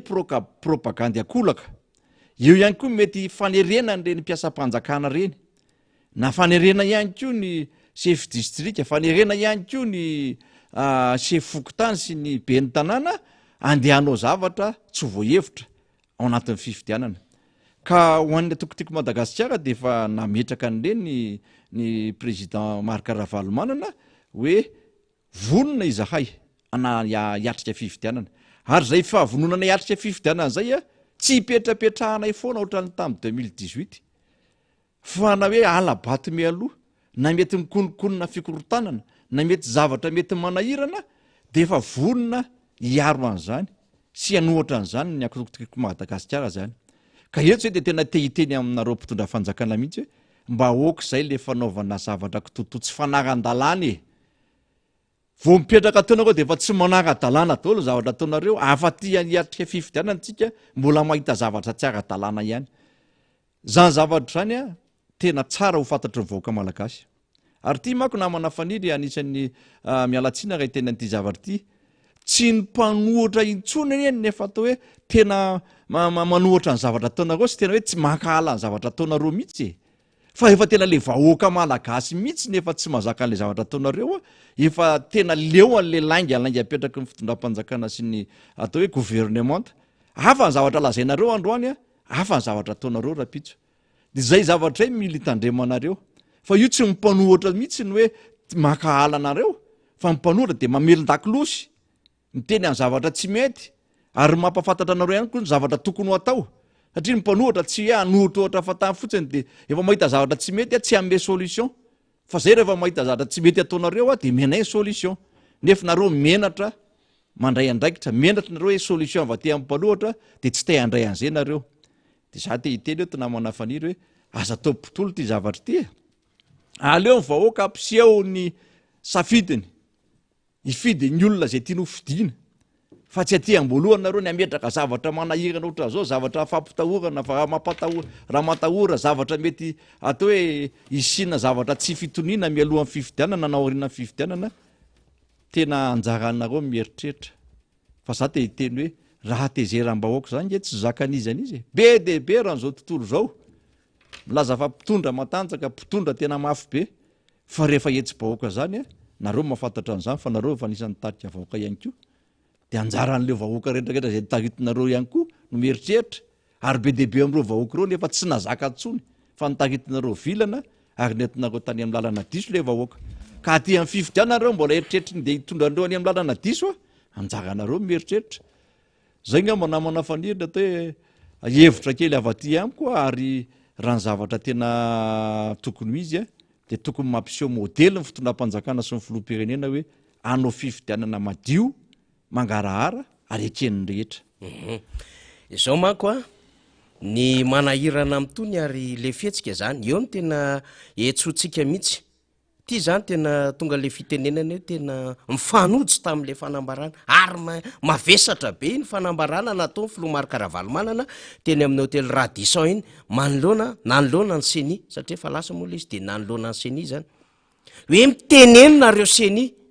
de trangan-javatra ohatran'izao zany depute Géry Randriambolaina de tena engaviana mihitsy ny seni engaviana mihitsy ny seni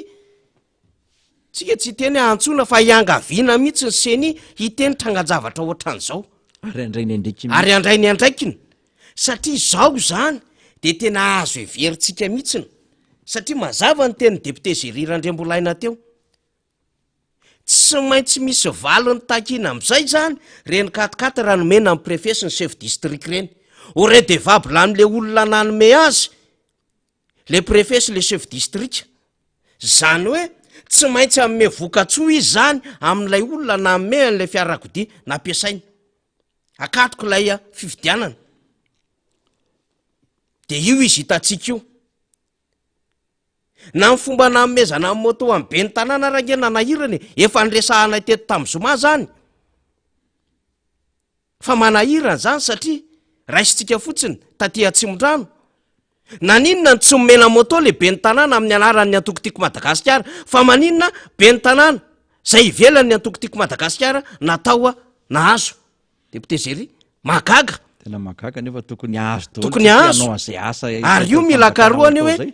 aiza le desarza zay namoana ny reny moto reny satria raha ny tokony ho izy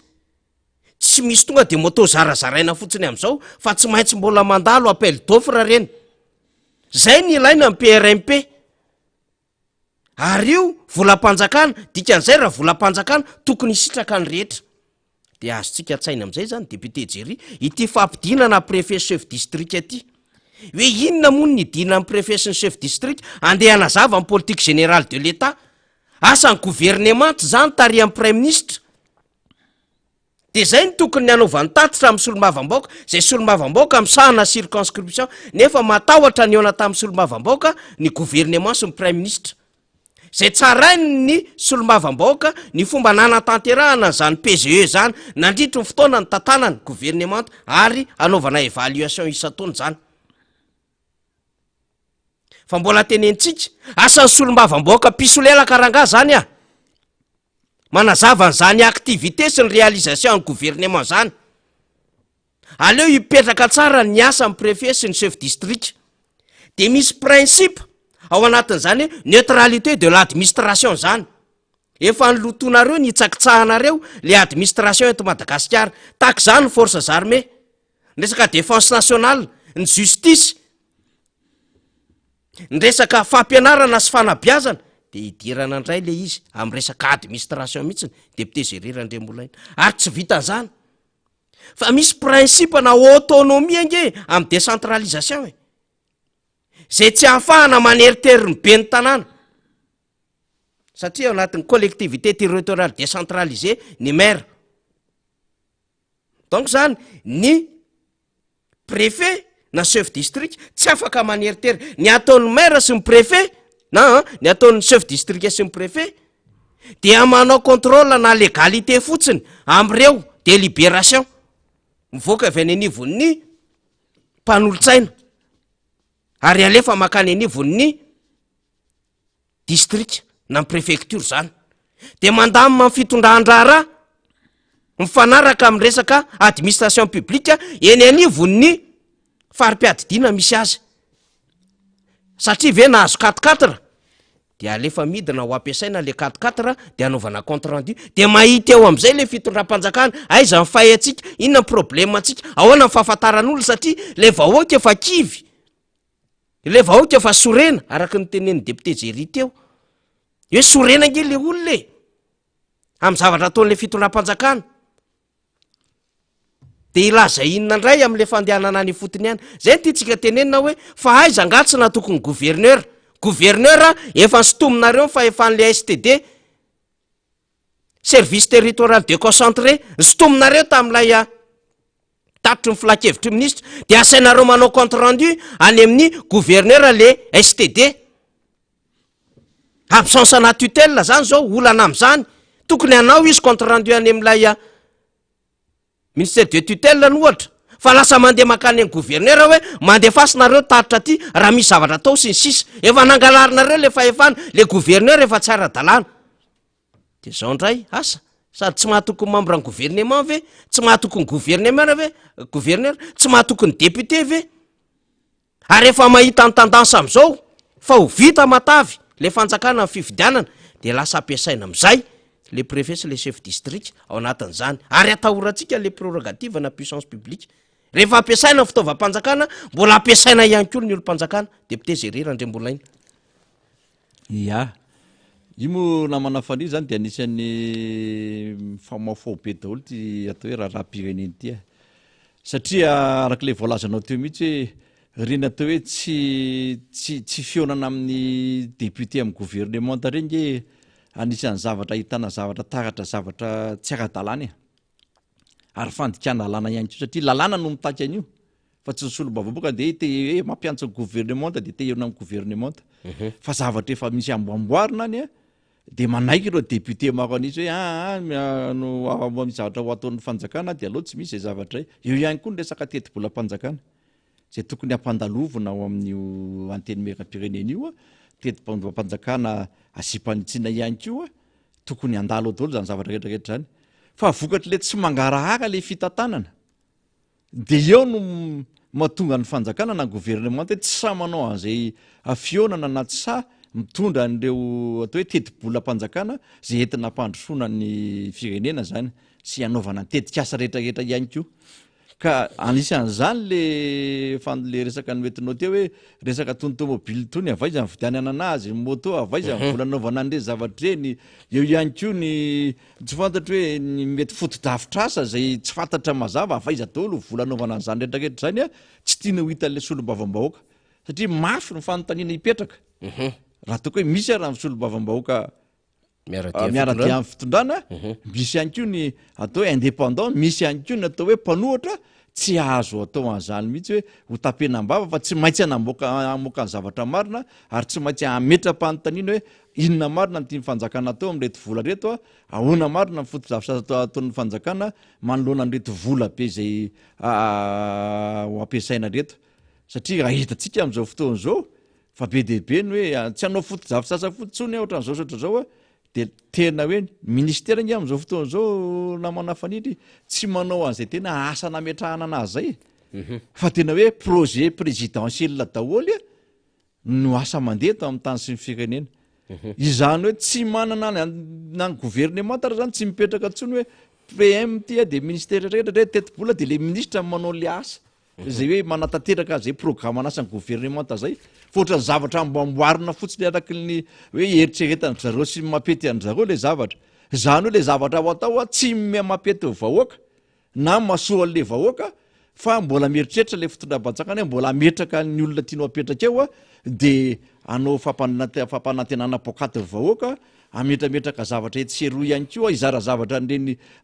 varitsindro sy ny rehetrarehetra reny reny tsy mila anaovana publicité be reny fa tokony misy tompona andraikitra fotsiny mizara an'ireny na manafaniry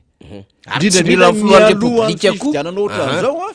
tsy zany ntsony le fomba fiasy tsy zany mihitsy le fomba fiasa ary zay hoa le tenenako foana hoe PDP reo vahoaka reo mafantajavatra fa tsy miteny fa amin'ny andro itenenan'ireo de hipetraka amin'ny mpitondra hipetraka amin'ny mpitondra fanjakana fanontaniana hoe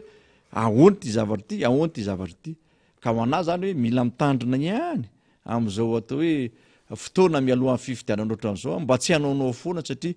io araka le teneniko averiko foana ty tsy ny mpanohatra no makahala fitondrana fa mpanohatra de tena mpamelon-dakolosy ary mampatatra ny zavatra tsy mety ohatra solom-bavambaoaka ihany io hoe reto mangetaentan'ny olona ty amin'ny commune sy ny district hoentina ny livon'ny gouvernement sy ny mpanatanteraka fa tsisy manatanteraka lizy hatramintsika am'teny zao ary anisan'izany na manafaniry nisy nyreny atao hoe fitsipaham-pitokisana amin'ny premier ministre reny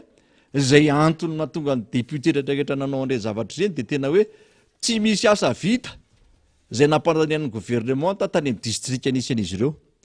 zay zavatra ny eritreretiny sy nangatahany a zara raha nisy zavatra vita ary tsy mifanaraka amin'ny filan'ny vahoaka akory de tehitra le solombavam-bahoaka tehitra le solombavam-bahoaka de lasa navita an'le zavatra ireny iny moa zany tsy tanteraka le izy dohny hoe mamaro anisan'ny retraretra nisy ihany koa ny trindritrindry sy ny hoe ajanono io sy ny retraretra de atreo le zavatra zay aloha ka zay no antony ary mbola mitohatra amintsika amin'ny teny zao a izay tsy fanaran-dalàna zay a ka tokony heritreritra ihany ny mpanatateraka manoloana ny zavatra misy indrindrindra mialohan'ny fifidianana zao de tena mitodika manokana mihitsy amin'ny seni zahay amin'ny zavatra mitranga sy mety hitranga ihany koa raisy no andraikitrareo fa tsy anareo ihany koa dia tsy maintsy ampiatrahana fanontaniana rehefa tsy mandray nandraikitrareo ary io ninona tenenitsika de tena misy farany foana ny zavatra rehetrarehetra zay nga manamana faniry ny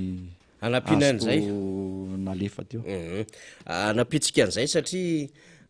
ndeha ataotsika hoe tany amin'ny fiandohan'ny taona tanoany efa nisy an'lay na tamin'ny farany taona tany mihitsy fa nisy an'lay noty hafahafa zay mbola navoaka nyity ministry ty ihany navoaka nyity ministry ty ihany zay am'lay hoe tsy fahafahana manao réunion publique na hoe fivoriana akalamanjana fa tsy maintsy anaty efitrano efa nyresahany zany fa tsy ara-dalàny zany indrindra ao anaty fanetanana voalohany zay asan'ny antoko politika nazo avainy zany tao anatin'ny 2011-012 lalàna ny feny antoko politika 2011-013 ihany ko miresaka an'izany ihany ko amin'ny mahampanohatra amin'ny mpanohatra fa no azavaina ihany ko zany amin'ny hoe ny seny mihitsy ny mampirisika ny antoko politika hanao fanetanana ho ao anaty lisy-pifidianana ka ahoana ary nanaovana fanetanana tsy maintsy misy fionana amin'ny akamaroan'ny olona sy ny toerana zay ahafahana miseritra an'izany sy mampafantatra an'izany de efa nazavaina fa lalàna amin'ny tanily iny tsy hoe lalàna fa noty na aminona lalàna zay tsy misy valeur juridika akoriny iny tsy misy mihitsy iny hoe iny noty iny dia manana tanjaka ara-pitsarana satria noty tsy ahafahana mamono lalàna de efa mba nanarina tam'izay le ministra fa ny tena marina de anaovana am'zanatsindrinina hoe tsy afaka mamoronareo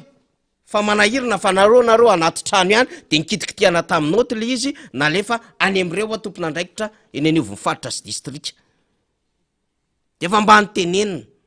niteraka olany zany tany am'izay toerana rehetra ary fantatra fa ny antokotiko Madagasikara sy ny filoha Marc-Ravalomanana manana ny tena hosakanana amin'ny alalan'ny famorin'olona miainany zany de mbola tsy mba mipetraka tam'izay efa hoe diso ny zavatra natao iny tsy mety ny zavatra natao iny fa mivandravandra be le famezana vahana ho an'ny atokony fitondrana afaka mamory malalaka an'izay tiany amoriny fa ho an'ny mpanohatra na ny tima sy ny filoha Marc-Ravalomanana tsy afaka manao an'izay fanetanana indrindra sy congrès paritra izay noho iny noty kely saika hoe 4 centimètre iny ny soratan'ilay ministry ny aty tany de zao ndray manao antony taratasy tony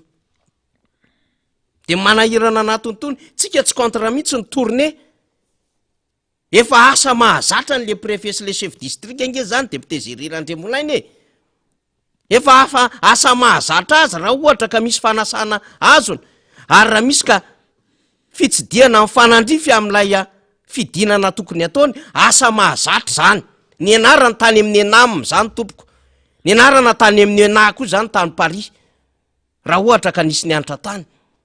fa tsy voaterimena taratasy ohatr' zao vao mahafantatra ny tokony ataony le tompona andraiky de précisenao mihitsy hoe PGE activité réalisation en gouvernement fantatra nefa le foronan'le gouvernemanta fa manomana an'le candidat am'le olo-mpanjakana ary ny fihetsiny rehetrarehetra tonga am'izany vao tamin'ny faran'ny herinandro teo nytenenitsika ty misy olo-mpanjakana ao membre ny gouvernement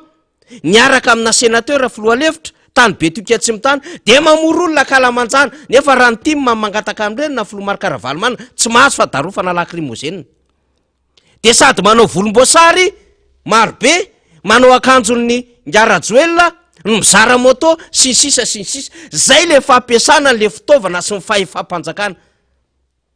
naiza misy an'izany zavatra ataonareo fantatra daholo ny an'ny information ataonareo any Deco any Mazanga any Tomasina any Toliara sy ny sisa de zao ndray nareo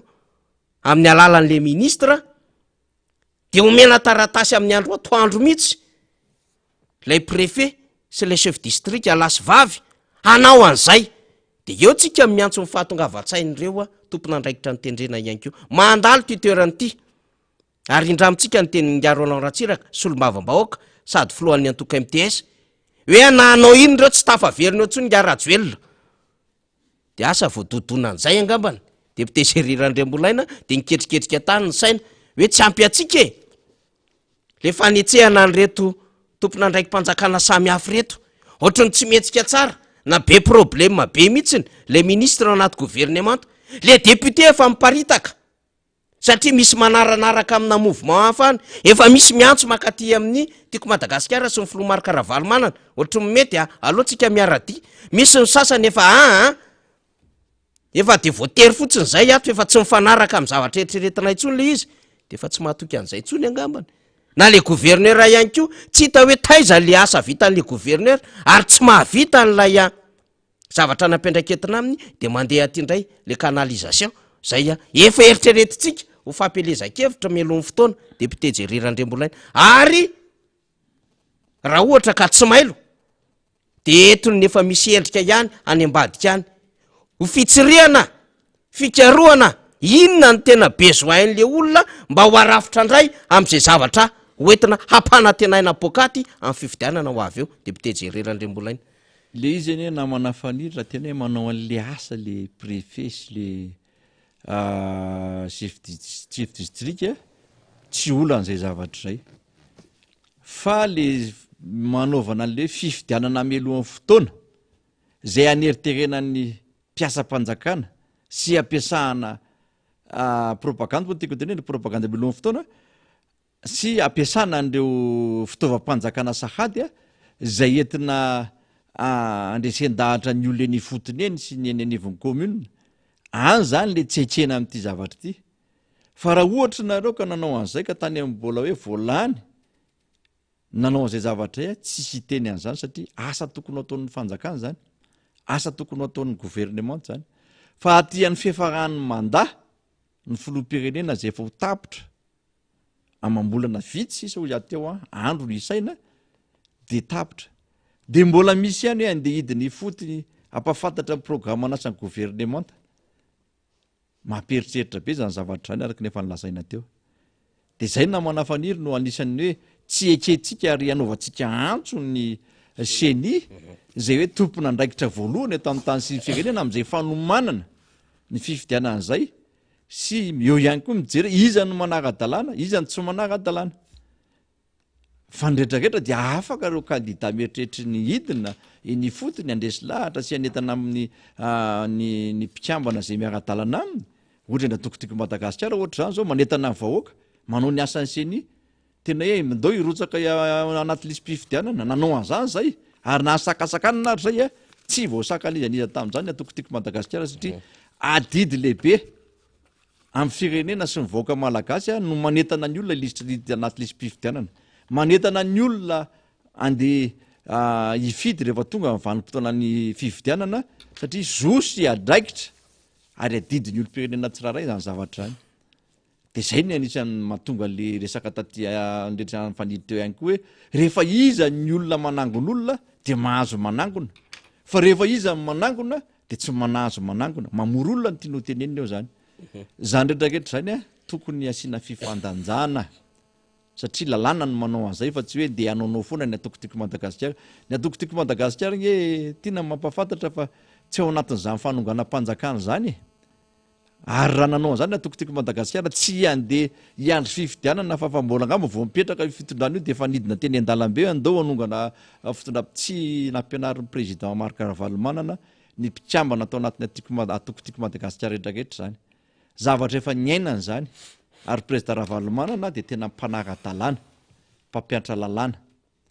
fa tsy manaotra ny tena andritry ny 80 taona dingana daholo lalam-panorenana dingana daholo na lalàna fehizorona ininina am'izay mampetipety ny mpitondra sy am'izay itiavany azy de zay mampieritreritra anay sy mampetraka ayanay io mihitsy hoe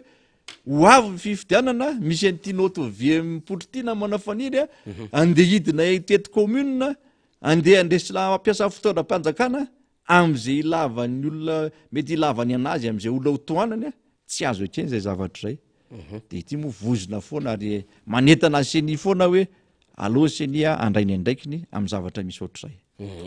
de le préfet sy le chef district zany no iresaka amponina hoe manao tetikasa téléphérique le fitondram-panjakana de efa mandeha tsara le téléphérique na de andoavatrosa be 151 millions d'euros azy nisy lay tetikasa lehibe autoroute nataon'ny fitondram-panjakana saingy ny antona le izy tsy vita nampanantena 20 kilometatra le filohan'ny république ho vitaina mialohan'ny faran'ny taona fa zao efa akaiky tsara le izy nisy famoaham-bola 300 milliards d'ariary tao anatin'izay zay zany velo resahan le chef district sy le préfet sa de ilaza amin'ny mamirapiratra Madagasikara na vita CSB amanjatony na vita hôpitaly 12 na vita salle de classe efatra arivo zany velo resahana asan'le député ho zany indrindrandrindra le misolelaka amin'ny fitondram-panjakana sy reto fikambanana miaradia amin'ny fitondram-panjakana reto satria zany no entiny hanababona ny olona mbola handreseny lahatra ny amin'ny hoe mbola reto fitondram-panjakana reto any mendrika havita azy raha ny tokony lojika n'izany adevitra zany fa tsy ny préfet sy ny chef district andeha tanisa an'izany rehetrarehetra zany ka entina ila zany amponina rehetrarehetra any na vita tokoa le fitondram-panjakana tsy afaka hiteny ny côté négatif amin'ny fitondram-panjakana tompoko reo solon-tena-panjakana omena iraka reo ary omena 4-4 tsy maintsy ny tsara ny fitondram-panjakana ny resahana izy tsy afaka hitantara mihitsiny hoe zao mifangalaram-bola natao amin'ny fitondram-panjakana atao amin'ny knaps tonga de voatsoka raha pitso maraina raha miteny an'izany izy tsy afaka hitantara mihitsy hoe zao mifahampitehany jirama 4 milliards ny efa subvention natao an'ny jirama tonga de voatsoka raha miteny an'izany izy tsy afaka hitantara mihitsiny ny fahavoaza mahazo ny hermatsy ny zavatra iainany zany Madagascar Airlines zany tsy afaka hitantara mihitsy izy no fahavoazana amin'ny orinasa Croma am'izao fotoana zao ny fahavoazana mahazo mipiasa ny secrenina tsy afaka hitantara n'izany tsony reo chef district reo sy ny préfet voafetra ny zavatra ho resahany amin'ny fitsidiana ataony zava-misy aina amin'ny fitondram-panjakana mazava fe ny activité de ahoana ary zany zao le non réalisé sy lay promesse non tenue tsy afaka hiteny an'izany izy fa tsy maintsy foana hanatsara ny endrika le fitondram-panjakana satria zay vadiny mama idada vadiny dada imama zay ny tsy maintsy ho resahany androany zay olona nitendren'ny fanjakana tsy maintsy miservira n'le état zay ny tavavony reto fitondra fanjakana am'izao fotoana zao ka eto zany tsy raharahan'ny tia marery ty na raharahan'ny filomarika Ravalomanina rery député Gérirandrembolay fa ianareo zay mieritreritra ho candidat zay mihitsy ianareo vondrona sy antoko politika koa mbo miteneny ianareo tahaky ny tenena amin'ny filomarika Ravalomanina sy ny tia matram'izay marina fa nisy any ny antoko efa miteny fa zao ianareo zay mieritreritra ho candidat ary tsy ho candidat amin'ny présidentielle rery fa nahatra amin'ny législative sy ny communal ho avy azy de mba mitenena topoka ianareo akoatra ny seny hoy tsika nitairitsika am'izany maraparanantsika azy député Géry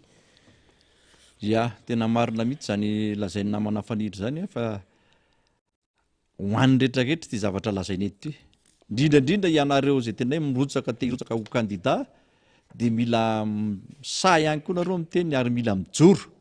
manohatra ny zavatra tsy mety satria tena hoe mety misy zavatra mampiayabe ao ambadika zao zavatra zao de zay no hanetanana anareo sahady mba handrainy andraikitrareo ihany koa ary indrindrandrindra mba tena hiteny ny zavatra misy ny zavatra marina na zany naty zany tsy mitsahatra mihitsy izy hay no miteny ny zavatra tsy mety mialoha amin'ny fifidianana mandritra ny fifidianana ary aorian'ny fifidianana ny antony de tena tsy te hanandratsy izy hay ary indrindrandrindra tena hoe mba tiana hipetraka mihitsy ny hoe fifidianana madio mangarahara ary ekeny rehetra ny tanjona am'izany de tsy nisy na fikorotanana aorian'ny fifidianana na mialohan'ny fifidianana na mandritra ny fifidianana ny antony a de efa tena latsaka akaterena ny firenena namana faniry ary tena hoe tena latsaka andavaka ka raha zao tsika mbola tsy mieritreritra de tena hoe mety ho sahirana ary tena mbola mety ahantra noho izao ny vahoaka malagasy eto amin'ity firenentsika ity de ho atsika samy tompona andraikitra e isambatan'olona samy tompona andraikitra ny tompona andraikimpanjakana indrindrandrindra ny vaomera-manogana zay misahana ny fifidianany tia zay anaovana antso aho foana ny amaraparana anazy atao desera satria zavatra nitranga tamin'ny farany anandro teo nisy fotoana tamin'ny fandarana de nyteny amintsika manahirana ihany raha olona tsy mahay asa marika no miresaka tare marika efa betsaka zay zavatra nitranga izay fa de mbola mitovy foana l izy ary ndraindray l izy tsy nieritreretana ntsony hoe fitadidiana ve no manahirana sa lay zavatra resahana no mavesatra loatra fa ndraindray rehefa diniana l izy de tena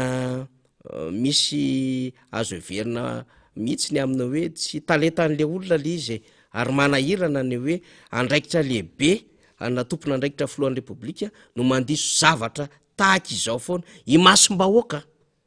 de manahirana l izy ataontsika desera ny amina hoe tatahaka zany rakizy no filoham-pirenena eto amintsika zay le ilana n'le fanovana satria misy zavatra mivaralila tsy mandeha am'izay loany eto an-tanàna de raha tsika ity anjarantsika mieritreritra hoe tena izany tokoa ve lay misy am'izao fotoana zao a le tompona andraikitra misy am'izao fotoana zao dia mamarana azy zay rehefa aveo androany zay fasivy amby roapolo volana jolay telo amby roapolo sy roa arivo anniversaire amin'ny mariage ny vatany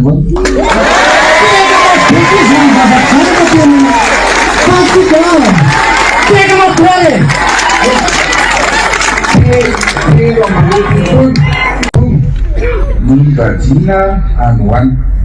ary telo amby roapolo taona fa efa mihoatra ny efapolo taona no nirana ataovokena hoe calcul zao 92 mois 2023 fizy zany ataovy rapide 41 raiky amby efapolo taona no niarany réalité lampaniny zanako vavy hoe dada ty zany teny moatany dada rehetrarehetra manapedy ny zanako tsiny ay 31 raiky amby telopolo taona fa disy calcul tsika raiky amby telopolo taona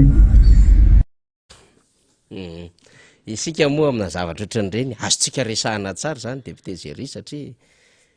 le filoha de teraka tamin'ny efatra amin'ny fitopolo sivinjato sy arivo 1974 raha ataontsika zany fanosan'andro firy taona izy 7 taona am'ty taona ity 7 taona tamin'ty taona ity zany maromarina kokoa de milaza le filoha efapolo taona ny riry any zay de gaga ihany ianao zany raha efapolo taona ny riry any zany izy mivaly satria fentelo amby roapolo taona moa zany raha ny izy mivaly tamin'ny 7 amby roapolo jolay teo asa firy taona zany de fa niaraka 7 taona sa 8 taona fa ny olana tsy any am'izay na izy miteny ara ndrandretsiko sy antsony za ty nge 49 ans efapolo taona zay ny réalité-ny gaga ihany lo mieritreritra zany lafin-javatra zany zay le endriky le zavatra tiana ampitaina fa eo am'le hoe tsy hain'ny filoham-pirenena manao compte am'le hoe 2023 moins 1992 misy zavatra tsy normal betsaka ny resahany mame 31 zany zay nge le nitenentsika hoe tsy mahay asa marika le filoham-pirenena de diso daholo le tare marika resahany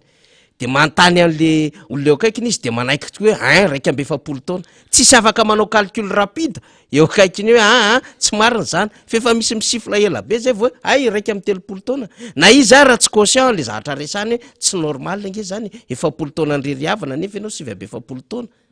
ataontsika desera kely zany ohatra zany tompoko zava-misy eto an-tanàna sy ny mpitondra atsika fa anjarantsika ny mahita tsy fititehitsikera ho azany fa mba fantsiana fotsiny ihany hoe aza miteny tare marika tsony tompoko rehefa tsy voafely izy fa manjara hitatrangan-javatra ohatran'izao foana l izy de zay moa tsy maintsy miresaka satria zava-misy eny amin'ny fiarahamonina atao ahoana no hitaiza vahoaka kanefa filoham-pirenena tsy mahay asa marika sy tsy mahay mitatatare marika manahirana ihany zany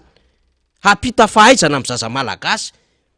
tena manahirana zany lafin-javatra zany fa zay nao marina amarana anazy hoe desera kely anjarantsika mba mahafantatra amina tsangan-dravatra ohatran'ireny mbola toizana ve